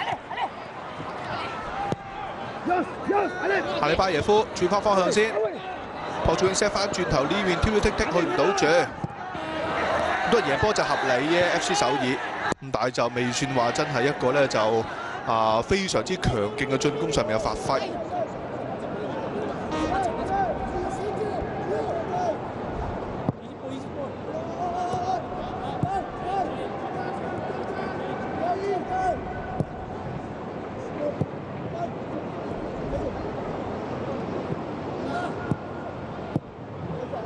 再嚟緊嘅星期五六日啦，我哋又會有下一週嘅德甲嘅直播賽事送上。咁啊，其中一場焦點方面亦都會數到咧，就係萊比錫會對住慕遜加柏嘅。好啦，比劃，哎呀，諗住整多粒㗎啦，朴主永又一撳，竟然撳高晒喎，真係空晒。其實呢下隊友 cut back cut 得好好啊！因為對面咧就4個守衞已經褪翻到6碼區㗎啦，咁啊隊友就即係個頭腦好清醒啊，冇話監粗塞埋去咧就龍門口，反而咧 cut 翻轉頭更加好射，但竟然自己就咬高晒添啊！吉打再換人啦，27號嘅球咧就下啲，上場梅開2度嘅功臣退下火線，換入21號嘅法耶特入嚟，21歲嘅年輕中場球員啦，法耶特。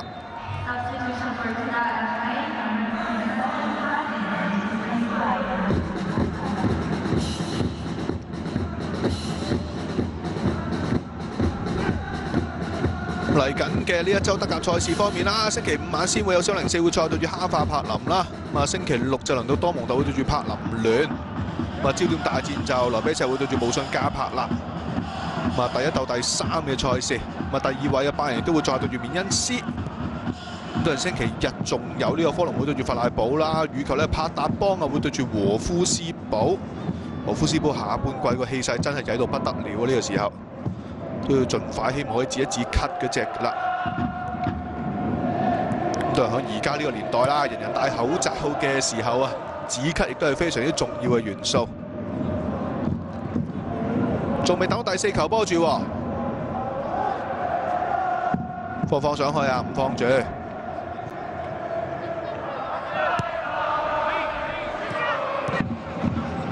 試試左路位置先啦，金漢基右兜中間避過兩關，金漢基諗住再撞過咧就係短傳入心啊！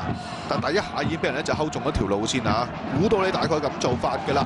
你咪照咧腳先龍門甩手啊！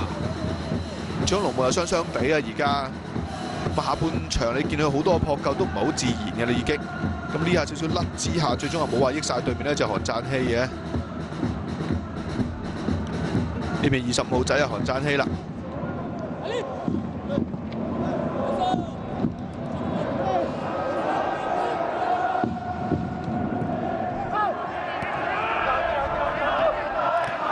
同時間賽事就都仲係東京1球領先緊，另外就6到6個落後緊0-1嘅。呢邊再過兩關唔成功，金漢基就搶鏡，其實今日就好有活力嘅邊路球員。咁當然就近呢幾代都係啦，南韓就完全不乏呢類型嘅翼鋒球員嘅，都有速度、有膽識、有突破能力嘅球員嚟㗎啦。即係喺個接軌方面做得好好啊，南韓。所以都解釋到點解近年南韓喺啲國際性嘅大賽、啲青年級別嘅國際性大賽方面咧，好多時都有咧就好嘅表現。即係無論去到世界性嘅賽事啊，或者啱啱舉行完嘅亞洲性嘅賽事都係啦。U23亞洲杯亦都攞咗呢個咧就有冠軍。咁想話阿里巴耶夫本身所屬嘅烏茲別克啦，當然佢又唔係呢一個 U23嘅代表啦。嗱，佢一班嘅師弟方面咧，就曾經以為成為呢個奪標嘅熱門。8強就5比1大炒阿聯酋，但係點知4強同埋季軍戰都先後輸波。先後輸俾沙特同埋澳洲，最終屈居第4。嗱，烏茲別克嘅球員方面，佢哋有個強項啦，咁就好多強個腳法啊，技術係比較幼細啲嘅，咁所以踢落啲波係幾好睇嘅，其實就咁所以澳洲啲球員比較粗糙啲嘅就身形取勝，繼續金漢基。庫斯馬再踩翻橫先啦，呢邊拖出阿斯巴耶夫諗住拖個直線，俾唔到自己隊友，一路孭住諗住轉身嘅，你見到卓卓基比。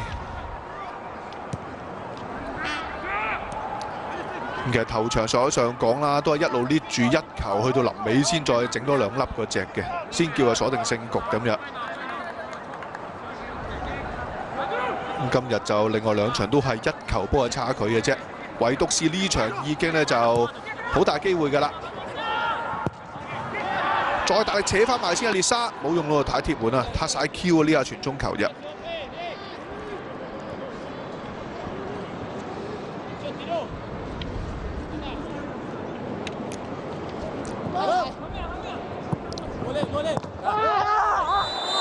哎呀！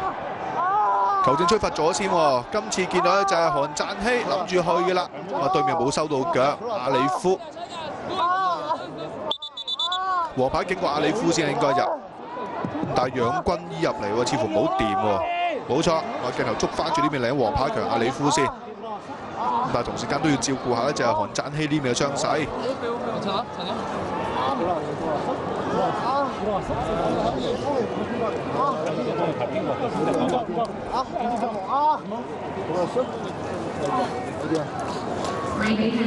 呢下從後就左腳嗰下肉酸啲啊，右腳貼住地面嘅，但係左腳少少鞋底踩嗰隻。留意啦，少少鞋底踩啊，雖然唔算話踩得好硬，但都有啲傷害性嘅其實。但好彩就唔算話太硬嘅啫。黃牌就非常之合理嘅。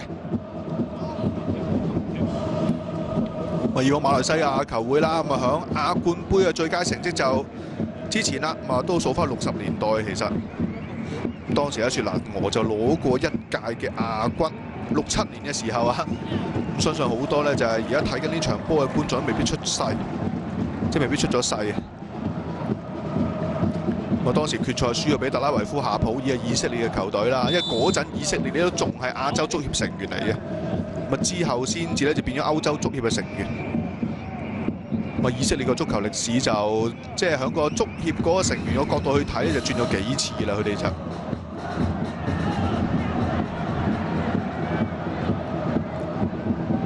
咁近年亞洲足協嘅一個最大變動就係澳洲啦，由大洋洲就過咗呢邊咧就亞洲足協嘅成員。亦都搞大洋洲嗰邊，又變咗新西蘭有啲獨大嘅味道，似乎唔好妥喎，真係比想象中嚴重喎，吉下吉下都唔係太順喎，又坐翻低喎，韓贊希。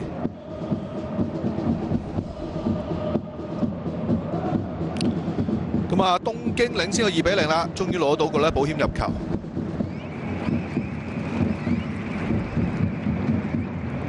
艾達頓嘅入波。呢邊再換埋去啦，咁啊反正係未用晒人嘅個換人名額方面。29號嘅金敏秀呢個時候入嚟啦，入替咧就傷出嘅韓贊希，本身韓贊希入場都係踢咗一陣嘅啫，但係入場呢段時間見到好搏命、好積極嘅，咁啊射門亦都唔止1次。咁啊，至好新加盟就肯定想搏下呢個表現啦，咁啊響崔龍洙心目中希望咧加翻啲印象分，所以難免佢都好失望啦。再嚟緊啊！只要順利贏到呢場波咧，亞冠杯嘅分組賽又好快嚟緊嘅啦。咁而家換入咗金敏秀入嚟先啦，咁都係今屆先新加盟嘅球員。咁啊早前友誼賽對住和夫斯堡嘅時候咧，就係佢入波嘅。咁喺禁區頂下咧，就左腳勁射搞掂你啊！咪靚波嚟嘅當時就。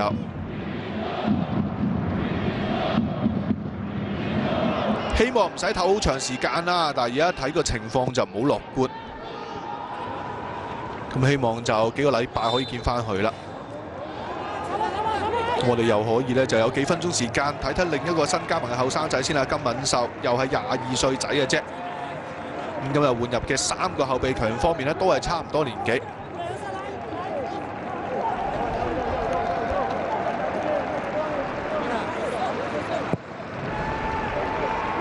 都係呢啲年紀嘅強方面，就好希望盡快響 K 呢方面咧站穩一個席位，希望演出得好嘅話，就會吸引一啲咧就歐洲球會嘅注視。希望趁住後生有機會去歐洲嗰度咧，就闖一闖先嘅。尤其是見住啲師兄啦，嘛先有孫興慜，而家李康仁嗰啲，咁就都希望可以報一啲師兄嘅後塵㗎啦。咪只得去試過先啦。如果真係唔成功，或者踢得耐咗，又可以翻返嚟咧就亞洲揾食。咁好多都係咁啊，無論南韓啊或者日本嘅球員都係咁樣一個軌跡㗎啦。職業生涯嘅發展嘅軌跡都係咁樣㗎啦。崔龍洙，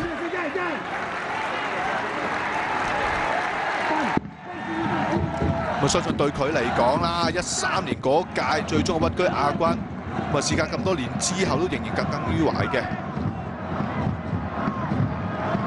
但係總之而家逐步嚟啦，希望盡快建立翻 FC 首爾嗰個爭霸嘅能力先啦。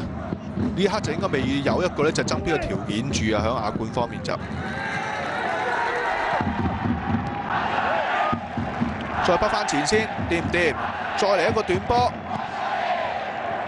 阿里巴耶夫送埋遠處位置，黃賢秀上埋嚟嘅啦。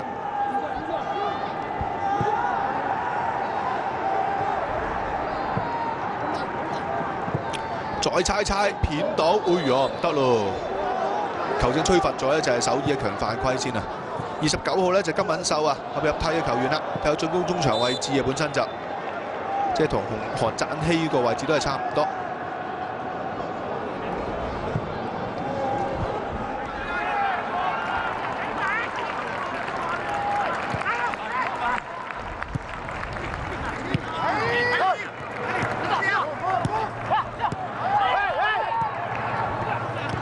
上半場保持2分鐘嘅，睇下下半場會補翻多少少啦，因為門將都受傷幾次啦，咁加埋韓贊希受傷，咁啊渣德正係只得行到4分鐘，甚至乎更多嘅。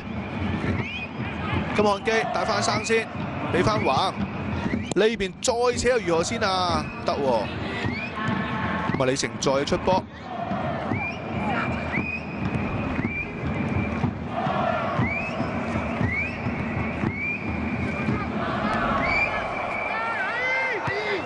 可以保持3分鐘嘅喎，真係有啲打折嘅味道啊！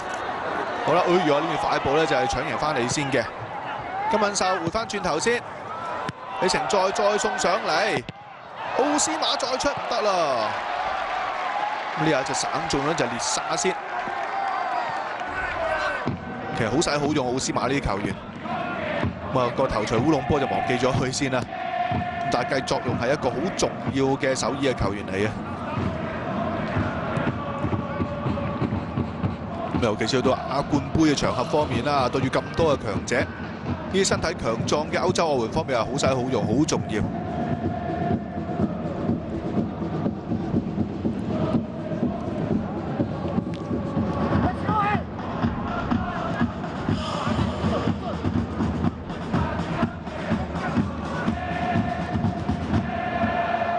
咁啊，6到6角就出咗事啦喎，0-1不敵呢個墨爾本勝利嘅。咁啊，嗰場完咗啦，阿里巴耶夫4-1，好啦，開心啦，哇，終於笑啦，崔龍洙終於識笑啦，呢球波係精彩嘅，即係其實無論奧斯馬掛左腳勁射或者呢下右腳鋸射阿里巴耶夫都係靚波嚟嘅。不過都係嗰句啦，上半場自從呢個利納亞維斯攞完紅牌之後，都好似冇乜希望啦，已經跟打就。咁呢下鋸埋係非常精彩，嚟唔切反應添啊！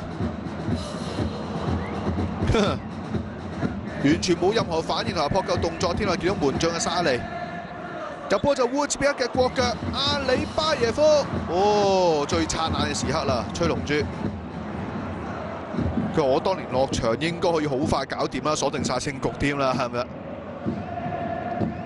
但記得當年就喺大球場睇皇朝杯啦，吹龍珠就成為咗我哋香港球迷一個針對對象，即係好多球迷入場啊就會即係用一啲嘅口述啊嚇，我幾中意鬧呢個吹龍珠嘅，但係佢聽唔聽得明就另一回事啦。咁呢邊又再換埋去啦，咁啊換唔換到完全冇影響啊！呢一場嘅勝負就。